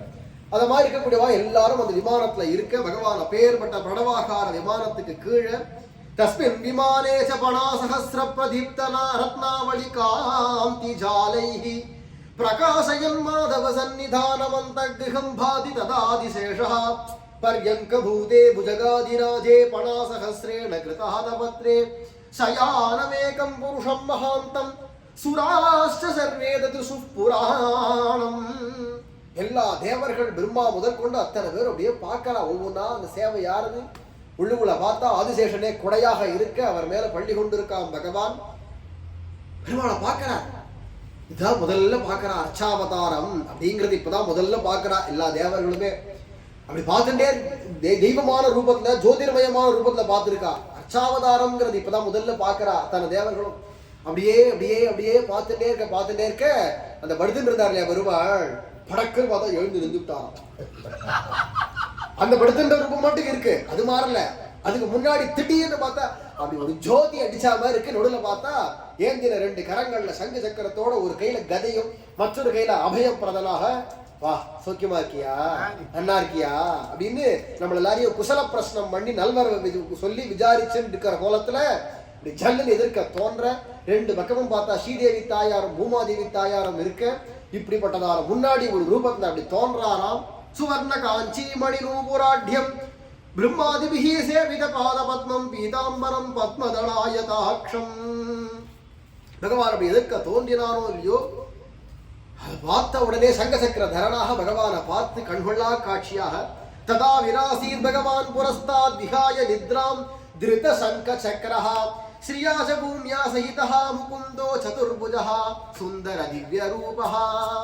பகவான் அப்படி பார்த்ததும் பிரம்மா எல்லா தேவர்கள் எல்லாருமா ஸ்தோத்திரம். பகவானை பார்த்தாலே ஸ்தோத்திரம் பண்ணணும், புகழ்ந்து பாடணும். அவளுக்கெல்லாம் சொந்தமா கவிதை வரும். ஸ்லோகங்கள் சொல்றதுக்கோ கவிதைகள் பாடுறதுக்கோ அவளுக்கு அந்த சக்தி இருக்கிறதுனால அந்த கவிதை பண்ற சக்தி இருக்கிறவா கவிதை பண்ணலாம். புதுசா பண்ண தெரியாதவா அவளுக்கு தான் இதெல்லாம் கிடைச்சிருக்கு. தன ஸ்தோத்திரங்களும் அதை மனப்பாடம் பண்ணி வச்சிருந்தாலும் போய் பகவான்கிட்ட போனா சொல்லணும். கோவிலுக்கு போனா தடியை நாட்டம் போய் உட்காந்து அப்படியே பார்க்கக்கூடாது. ஏதோ நமக்கு தெரிஞ்சது அப்படின்ட்டு ஏதோ வேண்டியதான இன்னைக்கு என்னென்ன காரியம் இதாகணும், பெருமாள் அதாகணும் இதாகணும், இதுக்கப்புறம் முட்டி வலி போகணும் முழங்கா வலி போகணும்னு சொன்னாலே அந்த மாதிரி இது வேணும் அது வேணும் அது வேணும் இது வேணும்னு அங்க போய் இந்த பட்டியலை படிக்க கூடாது, இந்த லிஸ்ட படிக்க கூடாது. பின் என்னடா அங்க போல ஸ்தோத்திரம் சொல்லு பகவானை குறிச்சு 4 நல்ல விஷயங்கள், ஸ்லோகங்கள், இல்ல திவ்ய பிரபந்த தமிழ்ல அமைஞ்சதான பாசுரங்கள். திருமாலையெல்லாம் எவ்வளவு எளிமையான பாசுரங்கள்.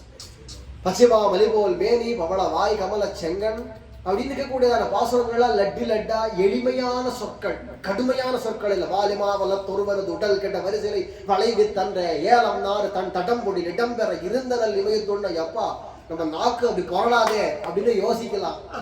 அப்படியே கொஞ்சி கொஞ்சி அழகழகான எளிமையான சொற்களால் அமைஞ்ச பாசுரங்கள். 45 பாசுரம் திருமாலை, 30 பாசுரம் திருப்பாவை. தான் 4 பிரபந்தமாவது 4 பாசுரமாவது தெரிஞ்சு வச்சுட்டு கோவிலுக்கு போனா சொல்லணும், பகவான்கிட்ட போனா சொல்லணும். ஸ்தவ்ய ஸ்தவப்பிரிய ஸ்தோத்ரா ஸ்துத ஸ்தோதாரண பிரியா அப்படின்னு விஸ்வசஹஸ்ரநாமத்தையே சொல்றான். ஸ்தோத்திரம்னா பகவானுக்கு பிடிக்கும். பகவான்கிட்ட போனா ஸ்தோத்திரம் பண்ணணும், அவனை புகழ்ந்து பாடணும். அது நமக்கு பிரயோஜனம், ஆத்ம லாபம். பகவானுக்கு பிடிக்கும்ன்றது அடுத்த பட்சம். பகவானுக்கு நீ ஸ்தோத்திரம் பண்றதுனால என்ன ஆயிட போறது இல்ல, நமக்கு லாபம். நமக்கு நீ என்னென்னலாம் பகவான்கிட்ட கொடுக்குறியோ அது அப்படியே ரிட்டர்ன் நம்மகிட்டே வந்துடும். பகவான் எதையும் நம்மகிட்டே இருந்து வச்சுக்கிறது இல்ல, எல்லாத்தையும் திருப்பி கொடுத்துட்டே இருப்பேன். ஒருபடி சக்கர பொங்கல் போடுங்க கோயில்ல, நைவேத்தியம் போடணும், அப்படியே ஒருபடி முழுசா வந்துடும். பெருமாள் கையே வைக்க மாட்டேன். அர்ச்சகால் வேணா அவளுக்கு எடுத்துப்பா, அது வாஸ்தவம், அவன் எடுத்துக்க வேண்டியது வேற. பகவான் கையை வைக்கிறானான்னு எடுப்பு கிடையாது.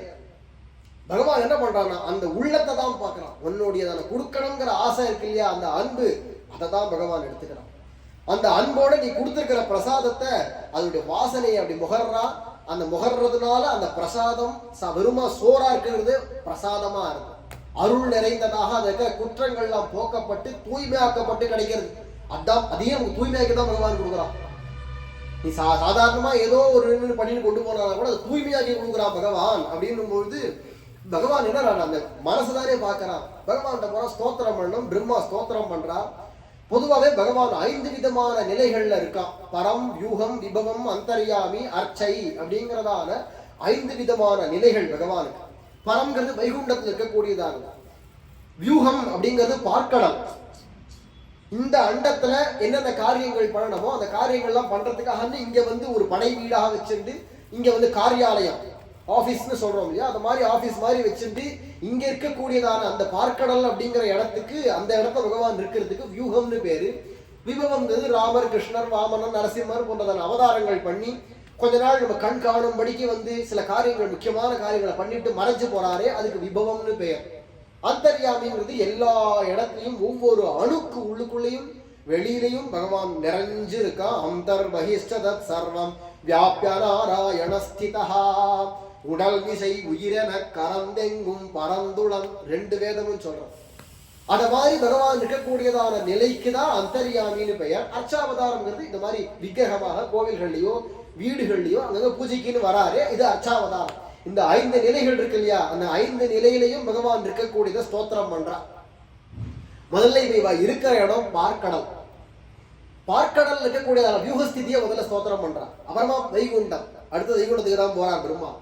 ஜய ஜய தேவாதி தேவா சர்வோத்தம சகல சுரபாஸ் சுராசுர சித்த வித்யாதர கிண்ணர கந்தர்வ சம்சேவித சரண சரோருஹா பிரம்ம ருத்ராதி சகல தேவ நியாமகா. அழகா வர்ணிக்கிறார். ஜய ஜய தேவாதி தேவா, பகவானே உனக்கு ஜெயம் உண்டாகட்டும், வெற்றி உண்டாகட்டும். எந்த ஸ்தோத்திரம் ஆரம்பிங்கோ அப்படிதான் ஆரம்பிக்கும். ஜிதம் தே புண்டரீகாட்சா ஜிதம் ஜிதம் தே ஜித யஜ்ஞ பாவனா ஜய ஜய ஜஹ்யஜாம் அஜிததேதி விபீத குணஹா. எல்லா ஸ்தோத்திரங்களையும் பாருங்க, ஜெய ஜெயா ஜெய ஜெயா. ஜெயம்னா வெற்றி உண்டாகட்டும். முதல்ல பகவானுக்கு பல்லாண்டு பாடி அவனுக்கு வெற்றி உண்டாகட்டும்னு சொல்லியாச்சுனாலே நமக்கு வெற்றி. பகவானுக்கு வெற்றி பாடினா நமக்கு வெற்றி, அவனுக்கு பல்லாண்டு பாடினா நமக்கு பல்லாண்டு. அப்படிங்கிற அந்த ஸ்தோத்திரமும் ஜெய ஜெய தேவாதி தேவா. எல்லார காட்டிலும் உத்தமனாக எல்லா சுரர்கள், தேவர்கள், அசுரர்கள் யார் யார் இருக்காளோ எல்லாரும் அவளுக்குள்ள சண்டை இருக்கும். அசுராளுக்கும் தேவாளுக்கும் அடிச்சுப்பா. ஆனா பகவான்கிட்ட வந்தாச்சுன்னா எல்லாரும் கையெடுத்து சேமிக்கும். அதுதான் பகவானுடைய ஒரு குணம், அவருடைய பிரபாவம். நீ யாராவனா இரு, பகவான்கிட்ட வந்தாச்சுன்னா தானா கையெடுத்து இப்படி கும்பிட்டுதான் ஆகணும். அதுதான் நம்மளுடைய சுபாவம், அதுதான் அவருடைய சுபாவம்.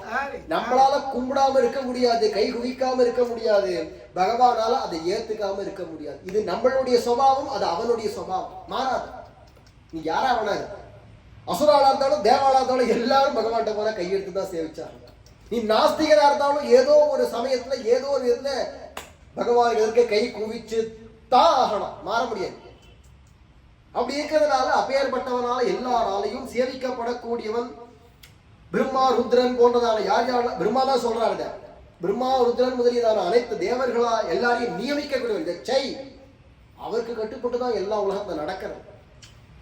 அகிலாண்ட கோடி பிரம்மாண்ட நாயகா ஜெகத் ஜன்மாதி காரணபூத ஸ்வஸ்வரூபா சர்வஜ்ஞா சர்வசக்தா சர்வ காரணபூதா சர்வவ்யாபக சர்வ நியாமக சர்வேஸ்வர சர்வசாட்சிபூத சர்வாந்தர்யாமின் சர்வஸ்வரூப சர்வாத்மபூத சர்வஸ்வாமின் சர்வாதாரா சர்வசரண்யா பிரகிருதி புருஷ நிர்வாககா புருஷோத்தமா பரவாசுதேவ சகல உபனிஷத்வேத்யா பரபிரம்மஸ்வரூபா விஜயீ பவ நமோ நமஸ்தே.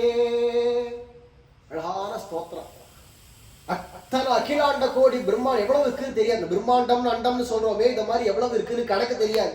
அது ஏதோ ஒரு வார்த்தையில நமக்கு புரியறதுக்கு சொல்லணுமேங்கிறதுனால அகில அண்ட கோடி பிரம்மாண்டம், அண்டங்கள் கோடி கணக்கில் இருக்கக்கூடிய பிரம்மாண்டங்கள் அப்படின்னு சொல்லிவிடுறோம்.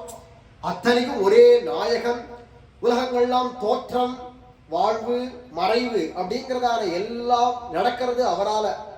அத்தனைக்கும் காரணமாக இருக்கக்கூடியவன், எல்லாம் தெரிந்தவர், எல்லா வல்லமையும் உடையவராக எல்லாத்துக்கும் காரணமாக இருக்கக்கூடியவர் அவர்தான். எல்லா இடத்திலும் முள் உரைபவனாக இருக்கக்கூடியவன், எல்லாத்தையும் நியமிக்கக்கூடியவன், எல்லாத்துக்கும் தலைவனாக ஈசிதாவாக இருக்கக்கூடியவன். என்னென்னலாம் உலகத்தை நடக்கிறதோ அத்தனைக்கும் சாட்சியா பார்த்து இருக்க வேடிக்கை பார்க்கக்கூடிய சாட்சி பூதனாக இருக்கக்கூடியவர், எல்லாத்துக்கும் முள் உரைபவனாக எல்லாமா தானே ஆகியிருக்கார், எல்லாத்துக்கும் தலைவனாக இருக்கார், எல்லாத்துக்கும் ஆதாரமா இருக்கார். ஒவ்வொருத்துக்கும் அர்த்தம் வேற, பார்க்கறதுக்கு ஒரே மாதிரி இருக்கும். ஆனா இப்ப இது எத்தனையும் சொல்ல ஆரம்பிச்சோம்னா இதுக்கு ஒரு மாசம் உபன்யாசம் பண்ணலாம், ஒரு வார்த்தைக்கு ஒரு நாள் எடுத்து உபன்யாசம் பண்ணலாம். அவ்வளவு விஷயம் இருக்கு. லகுவா சொல்லிட்டு பாரு, இதுதான் வேதம். சுருக்கி கேப்சல் மாதிரி கொடுக்கும். அதை பெருக்கினா பெருக்கலாம் பெருக்கலாம் பெருக்கலாம் பெருக்கலாம். வேதம் 4 வேதம் தான். அதை விளக்கிறதுக்கு வந்ததுதான் 6 அங்கம். அந்த 4 வேதங்களை விளக்கிறதுக்கு வந்ததுதான் 18 புராணங்கள். அந்த வேதத்தை விளக்கத்துக்கு வந்ததுதான் 2 இதிகாசங்கள், 2ம் பெருத்த இதிகாசங்கள். அந்த இதிகாசங்களுக்கு விளக்கம் கொடுக்கிறேன்னு 100கணக்கான நூல்கள் இருக்கு. இந்த 18 புராணங்களை விளக்கிறேங்கிற பேர்ல அதுக்கு 100 புராணம் இருக்கு. இத்தனை கிரந்தங்கள் இதத்தனை எதுக்கு வந்ததுன்னா அந்த வேதத்தை விளக்கிறதுக்கு தான். பிரம்மசூத்திரங்கள் இதெல்லாம் இது அத்தனையுமே எதுக்காக? இந்த ஒரு சின்ன வேதம்ங்கிறது ஒரு அளவு சொன்னோமானா அதை மாதிரி எவ்வளவு பெருசா போகும். ஏன்டானா அவ்வளவு விஷயங்கள் அந்த வேதத்துக்குள்ள இருக்கு. இத்தனை பேர் சொல்றதும் அதுக்குள்ள அடக்கம். அப்ப அது கேப்சூல் மாதிரி இருக்கு. ஒரு விதை மாதிரி வேதத்தை வச்சுட்டோமானா அது இந்த செடி மரம் பெரிய ஆலமரம் வரா மாதிரி அத்தனையும் வரும். அந்த விதை கொடுக்கும்போது அவ்வளவு பெரிய ஆலமரம் இருக்கு இல்லையா, அத மாதிரி அத்தனையும் வேதத்துக்குள்ள இருக்கு. அப்படி இருக்கிறதுனால அப்பேற்பட்டதான புருஷோத்தமனாக எல்லாத்தையும் நியமிக்கக்கூடியவனான பரவாசுதேவன், எல்லா வேதங்கள் உபனிஷத்துகள் எல்லாத்தாலையும் பாடக்கூடியவன், போற்றப்படக்கூடியவனா இருக்கக்கூடியதான பகவன் நாராயணா பரவாசுதேவா நமோ நமஸ்தே அப்படின்னு ஸ்தோத்திரம் பண்றார். ஜய ஜய நிர்குண நிராகார நிரஞ்சன நிர்மல நிஷ்பிரத்யூக நிரபேக்ஷ பிரமாண ஸ்வயம் பிரகாச ஸ்வஸ்வரூபா சகல பிரமாண சாட்சிபூதா அபரிச்சின்ன அப்ரமேயா கண்டானந்த அநாத்யந்த சின்மய ஜோதிஸ்வரூப ஸ்வப்ரபா பிரதாடித ஹிருதயாந்தகார பிரதர்சித பிரஜான கன சரீர யோகீஸ்வரா ஜாக்ரத் ஸ்வப்ன சுஷுப்த்யதீத துரிய ஸ்தான நிலயா சப்தாவரணாதீத சாம்ராஜ்ய ஸ்வதந்திர நாயகா மகாவைகுண்ட நாயகா விஜயீ பவ நமோ நமஸ்தே. அளவிட முடியாததான நல்ல கல்யாண குணங்கள் நிரம்ப பெற்றவராகவும், அந்த பெருமாளுடையதான உருவம் இவ்வளவுதான் அப்படின்னு அளவு எந்த விதமான அளவும் சொல்ல முடியாதபடி பெரிய ரூபம் உடையவராகவும், எவ்விதமான தடங்கல்களும் அவருக்கு கிடையாது. அந்த மாதிரி தடங்கல்கள் அற்றவனாக, எந்த குற்றமும் இல்லாதவனாக, தனக்கு எதிர் அப்படின்னு இன்னொருத்தர சொல்ல முடியாது. யாராலையும் எதுவும் ஆகணும் அப்படிங்கிற ஒரு எதிர்பார்ப்பு கிடையாது, அபேட்சை கிடையாது பகவானுக்கு. எந்த பிரமாணமும் அவருக்கு தேவையில்லை. அவர் தான் எல்லாத்துக்கும் பிரமாணம். இது என்ன ப்ரூஃப், இது என்ன ஆதென்டிகேட்டட் ப்ரூஃப்னு கேட்டாங்க. பகவானுக்கு வேற ஏதோ ஒரு பிரமாணம் தேவைங்கிறது கிடையாது. இவன் தான் எல்லாத்துக்கும் ப்ரூஃப். அத்தனை இவன் தான் பிரமாணமா இருக்கக்கூடியவன். தன்னை காட்டி கொடுக்கறதுக்கு வேற எங்கேருந்தும் ஒரு விளக்கு தேவைங்கிறது கிடையாது. தனக்கு தானே ஸ்வயம் பிரகாசமா இருக்கக்கூடியவன், எல்லா விதமான சகல பிரமாண சாட்சி பூதா, எல்லா பிரமாணங்களும் இவரை தான் குறிக்கிறது. அத்தனைக்கும் சாட்சியா இருக்கக்கூடியவர். அந்த பிரமாணத்தினால்தான் தனக்கு ஒரு பெருமை அப்படிங்கிறது கிடையாது. இந்த கிரந்தம் போயிடுச்சுன்னா நான் இல்லை, என்னை பத்தி யாருக்குமே தெரியாது, இந்த வீடியோ எடுக்கிறா, இந்த வீடியோ இருந்தா தான் என்னை பத்தி உலகத்துக்கே தெரியும் அப்படிங்கிற அவசியம் கிடையாது.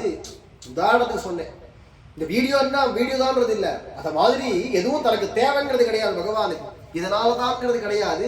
ஆனா அது நடக்கிறதுக்கு எல்லாத்துக்கும் சாட்சியா இருப்பார். அப்படியா நடக்கட்டும், அப்படியா நடக்கட்டும், ஸ்தோத்திரமா இருக்கட்டும், கிரந்தமா இருக்கட்டும் அப்படின்னு எல்லாத்துக்கும் சாட்சியா இருக்கக்கூடியவர். அவருக்கு எந்த விதமான ஒரு தடங்கல்கள் கிடையாது, அவருக்கு ஆதி கிடையாது, முடிவு ஆரம்பம் முடிவு அதெல்லாம் பகவானுக்கு கிடையாது. எல்லாத்தினுடைய ஆரம்பம் முடிவுக்கும் இவருக்காக சாட்சியா இருப்பார். ஆனா இவருக்கு எதுவும் ஆரம்பமும் கிடையாது, முடிவும் கிடையாது, எப்பவுமே இருந்துட்டே இருக்கக்கூடியதான ஜோதி ஸ்வரூபமா இருக்கக்கூடியவர். தன்னுடையதான ஒளியினால அத்தனை ஜனங்களுடையதான மனசுலையும் இருக்கக்கூடியதான அறியாமைங்கிற இருட்டை விரட்டி அடிச்சு தன் விஷயமான ஞானத்தை கொடுக்கக்கூடியவர்.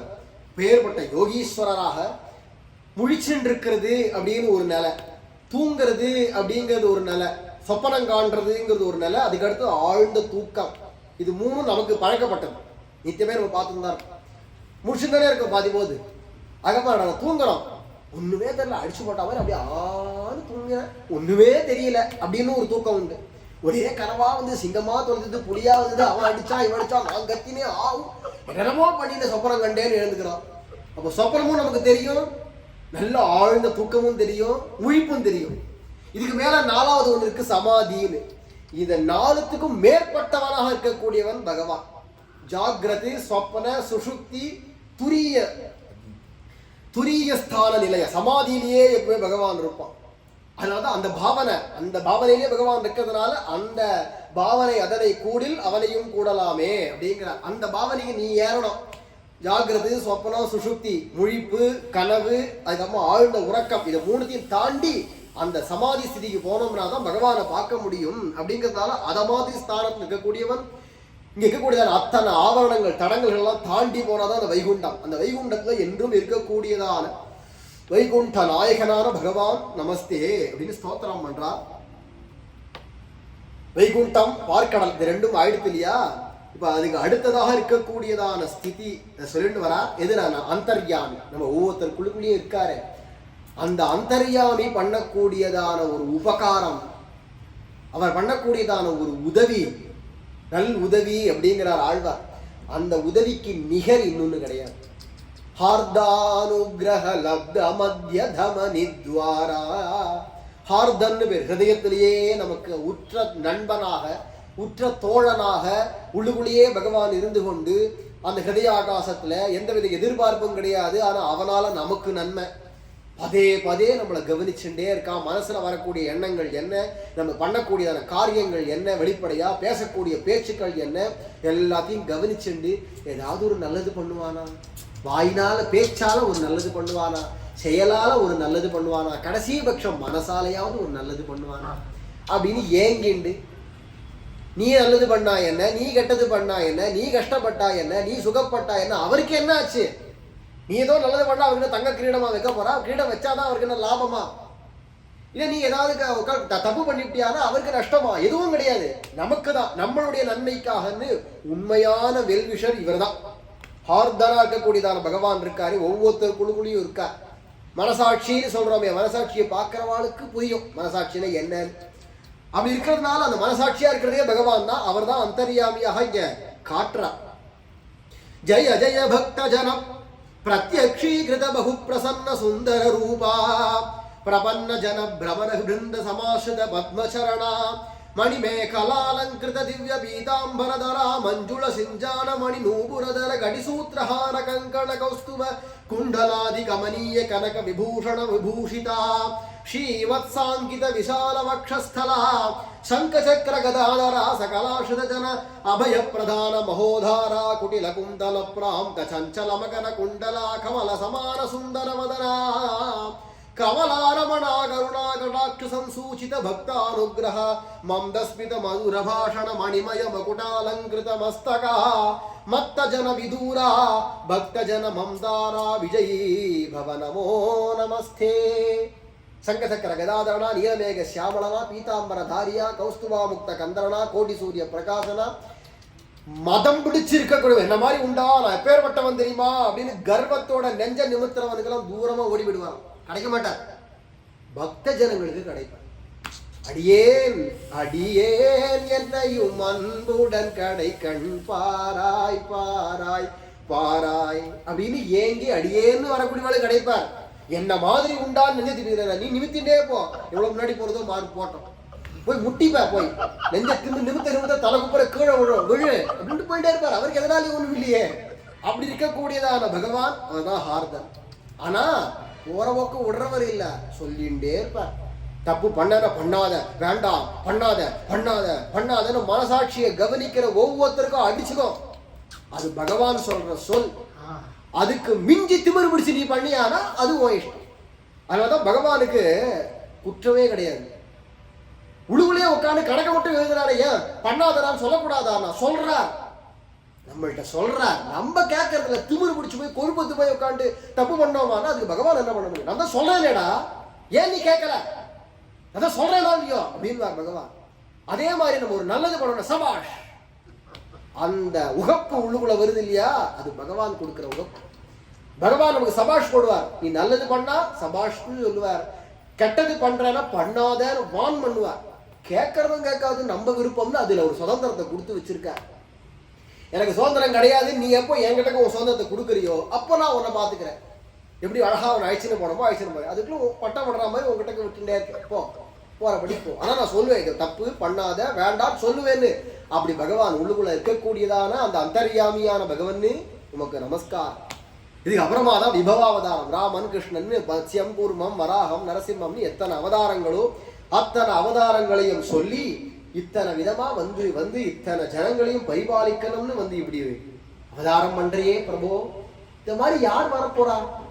மனுஷால மதிச்சு சகல அவதார காரண பூத மூல ஸ்வரூபா விஜயீ பவாம் ஸ்ரீரங்க விமான நிலைய பத்மநாபா விஜயீ பவ நமோ நமஸ்தே. எல்லா அவதாரங்களுக்கும் மூல ரூபம் பார்க்கணும். அங்க தோன்றி இருக்கிறதுனால அதை ஸ்தோத்திரம் பண்ணிட்டு அடுத்ததுதான் வர அர்ச்சாவதாரம். இதான் புதுசு அவதாரம். அதனால இப்ப இதை குறிச்சு ஸ்தோத்திரம் பண்ணணும் அப்படின்னு நினைச்சு ஆரம்பிக்கிறார். ஜய ஜய பகவன் அபரிமித நிர்வியாஜ கிருபா பரிகிரஹீத அப்ராகிருத திவ்ய மங்கள அர்ச்சாவதார ரூபா. இந்த அவதாரம் எதுக்கு அப்படின்னா அபரிமித நிர்வியாஜ கிருபா பரிகிரஹீத அப்ராகிருத திவ்ய மங்கள. கிருபை தான் காரணம். இந்த அவதாரம் பண்ணதுக்கு காரணம் என்ன? கருணை. நம்மள எல்லாரையும் உய்விக்கணும், நம்ம எல்லாருக்கும் அந்த பாக்கியம் கிடைக்கணுங்கிறதான ஒரு ஆசையில கருணையினால ஏற்படுத்தினதான ஒரு ரூபம் அர்ச்சாவதாரம். அப்படி இருக்கிறதுனால அப்பேற்பட்டதான அர்ச்சாவதாரம். ஆனா அதுக்குன்னு இதை சாதாரணமான பொருள்னு நினைச்சிடக்கூடாது. கோவில் இருக்கிறது இதுல கல்லா மண்ணான்னு சொல்றதே அபச்சாரம், பாவம். திவ்யமங்கள விக்கிரகம், பகவான் பகவானா தான் உட்காந்துருக்கான். அந்த ரூபமே திவ்யமான ரூபம். அப்படி இருக்கிறதுனால அப்பேற்பட்டதான திவ்யமங்கள விக்கிரகமாக இப்படி அர்ச்சாவதாரமா தோன்றியிருக்கிறே. சத்ர சாமராஜிராஜோபசார கர நிஜ பார்ஷத பரிவாரா பிரஹ்லாதாதி பரம பாகவத பிரகீர்த்தித பிரபாவா. பலவிதமான உபசாரங்களை ஏந்தி கொண்டு நித்திய சூரிகள்லாம் சூழ நின்று புடைசூழ உபசாரங்கள் பண்ண, எல்லா பாகவதர்களும் புகழ்ந்து பாடி ஸ்தோத்திரம் பண்ண, யார் வந்தாலும் வரவா எப்படிப்பட்ட அபசாரப்பட்டா கூட போறா போறது பொறுத்துண்டு அத்தனை அபசாரங்களையும் பொறுத்து கொண்டு அபசார அபராத சகஸ்திர பிரபன்ன ஜன பரிபாலன பத்த தீக்ஷா. நீ எவ்வளவு உன்னால எவ்வளவு முடியுமோ அபசாரப்படுற, எவ்வளவு முடியும் பண்ணு, அபசாரம் பண்ணே இப்ப நான் பொறுத்துட்டேன். உன்னோடையதான அபசாரம் பண்றதுக்கு பலம் பெருசா பொறுமை பெருசான்னு பார்த்துவோம் அப்படின்னு கையில கங்கணம் கட்டின்னு வந்து உன்னால முடிஞ்ச அளவுக்கு நீ அபசாரப்படு, அத்தனையும் நான் பொறுத்துக்கிறேன் அப்படின்னு பொறுத்துன்னு வந்திருக்கக்கூடிய அவதாரமாச்சே பக்த வத்சலா. அதுக்கு காரணம் நம்ம கிட்ட இருக்கிறதான ஒரு பாசம், அன்பு, நேசம்ன்றவன். அந்த நேசம் அதான் பகவான் எதிர்பார்க்கிறான். நேசம் இல்லாதவர்க்கும் நினையாதவர்க்கும் அறியான். உனக்கு நேசம் இல்லாட்டா கூட கடைசியில நீ நினைக்க வேண்டாமா அப்பா, அவரை நினைக்க கூட இல்லைன்னா அப்பா எப்படி பகவான் கிடைப்பான் அப்படிங்கிறான். நினையாதவர்க்கும் அறியான், நேசம் இல்லாதவர்க்கும் நினையாதவர்க்கும் அறியான்றான். அப்படி இருக்கிறதுனால அப்படி நீங்க. ஆனா இது வந்து எதை சொல்றாருன்னா விபவாவதாரம் சொல்றார். வாசமலர் பொழில் சூழ் வடமாமுதலை பிறந்தா அவனை தான் இங்க சொல்றது. நேசம் இல்லாதவர்க்கும் நினையாதவர்க்கும் அறியான். அர்ச்சாவதாரம் உனக்கு பிடிச்சிருக்கோ பிடிக்கலையோ உனக்கு கண்டா பார்க்கறியோ எப்படி வேணா உன் கண்ணு முன்னாடி நான் வந்து நின்றுடுறேன் அப்படின்னு வந்து குதிச்சிருக்கிற அவதாரம். அர்ச்சாவதாரம் மாதிரி இறங்க முடியாது. இனிமே பகவானால அர்ச்சாவதாரத்தை தவிர்த்து இன்னும் கீழே இறங்கவே முடியாதபடி இறங்கி விட்டான். அதுதான் இங்க சொல்லிட்டு வரா. பக்தவத்சல சம்சார சாகர நிமக்ன சகல ஜீவ சமுத்தாரக கிருதாவதரண சர்வ சரண்யா. எல்லாரும் போய் சரணம் அடையறதுக்காக ஒரு புகலிடமா வந்து இருக்கக்கூடிய அவதாரம் அர்ச்சாவதாரம். மதுசூதனா மாதவா கேசவா நாராயணன் பகவன் நாமங்களை சொல்லி அப்பேற்பட்டதான கிருஷ்ணா விஜயீபவ நமோ நமஸ்தே. சுவாமின் சர்வ ஜகநாத திவ்ய மங்கள விக்கிரஹா பிரபன்னானாம் சுபக்தானாம் சர்வதா மங்களம் குரு. கடைசியில ஒரு பிரார்த்தனை பண்றா. யார் யாரெல்லாம் உங்க சரணாகதி பண்ணிட்டு வரக்கூடியதான பக்தர்கள் யார் யார் இருக்காளோ அவ எல்லாருக்கும் வேண்டிய மங்களங்களை செய்யணும். நம்ம எல்லாருக்கும் எது மங்களம்னா பகவானுக்கு நம்ம ஆட்பட்டவனாக ஆகி இனி நான் எனக்கு உரியவன் இல்லை, குப்பனுக்கும் உரியவன் இல்லை, வேற யாருக்கு உரியவன் நானா அந்த பகவானுக்கே உரியவன் நாராயணனுக்கே உரியவன் அப்படின்னு நம்ம ஆக்கிண்டு அதை ஆக்கிக்கிறது தான் இந்த தீட்சை அப்படிங்கிறதா இருக்கனால ஒரு குரு மூலமாக அந்த பகவான்கிட்ட அந்த தீட்சையை பெற்று அந்த பகவான சரணாகதி அடைஞ்சு அதுக்கப்புறமா நம்ம கைங்கரியம் பண்ணிட்டு இருக்கிறது தான் நமக்கு மங்களம். அந்த மங்களத்தை எங்களுக்கு தர வேண்டும் அப்படின்னு பகவான்கிட்ட பிரார்த்தனை பண்ணி பிரம்மா ஸ்தோத்திரத்தை பூர்த்தி பண்ணார். இதுக்கு அப்புறமா தான் சரித்திரமே ஆரம்பம். பகவான் தோன்றினதான கட்டத்தை இன்றைய தினம் அனுபவிச்சோம். அதுக்கப்புறமா பகவானுக்கும் பிரம்மாவுக்கும் என்னென்ன பேச்சுகள் நடந்தது, என்னென்ன சம்பாஷணைகளோ அதெல்லாம் மேற்கொண்டு தொடர்ந்து சொல்லிட்டு போறார். மேல நாளைக்கு அனுபவிக்கலாம். ஜெய் ரங்கநாத பகவானுக்கு ராமானுஜா ராமானுஜா ராமானுஜா ராமானுஜா ராமானுஜா ராமானுஜா ராமானுஜா ராமானுஜா ராமானுஜா ராமானுஜா ராமானுஜா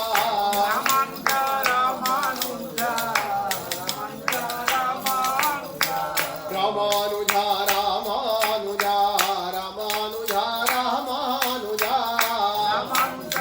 ராமானுஜா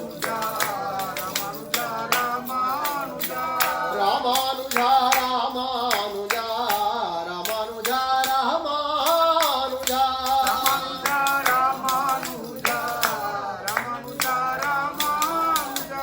स्वामी रामानुजाचार्य भगवान की जय.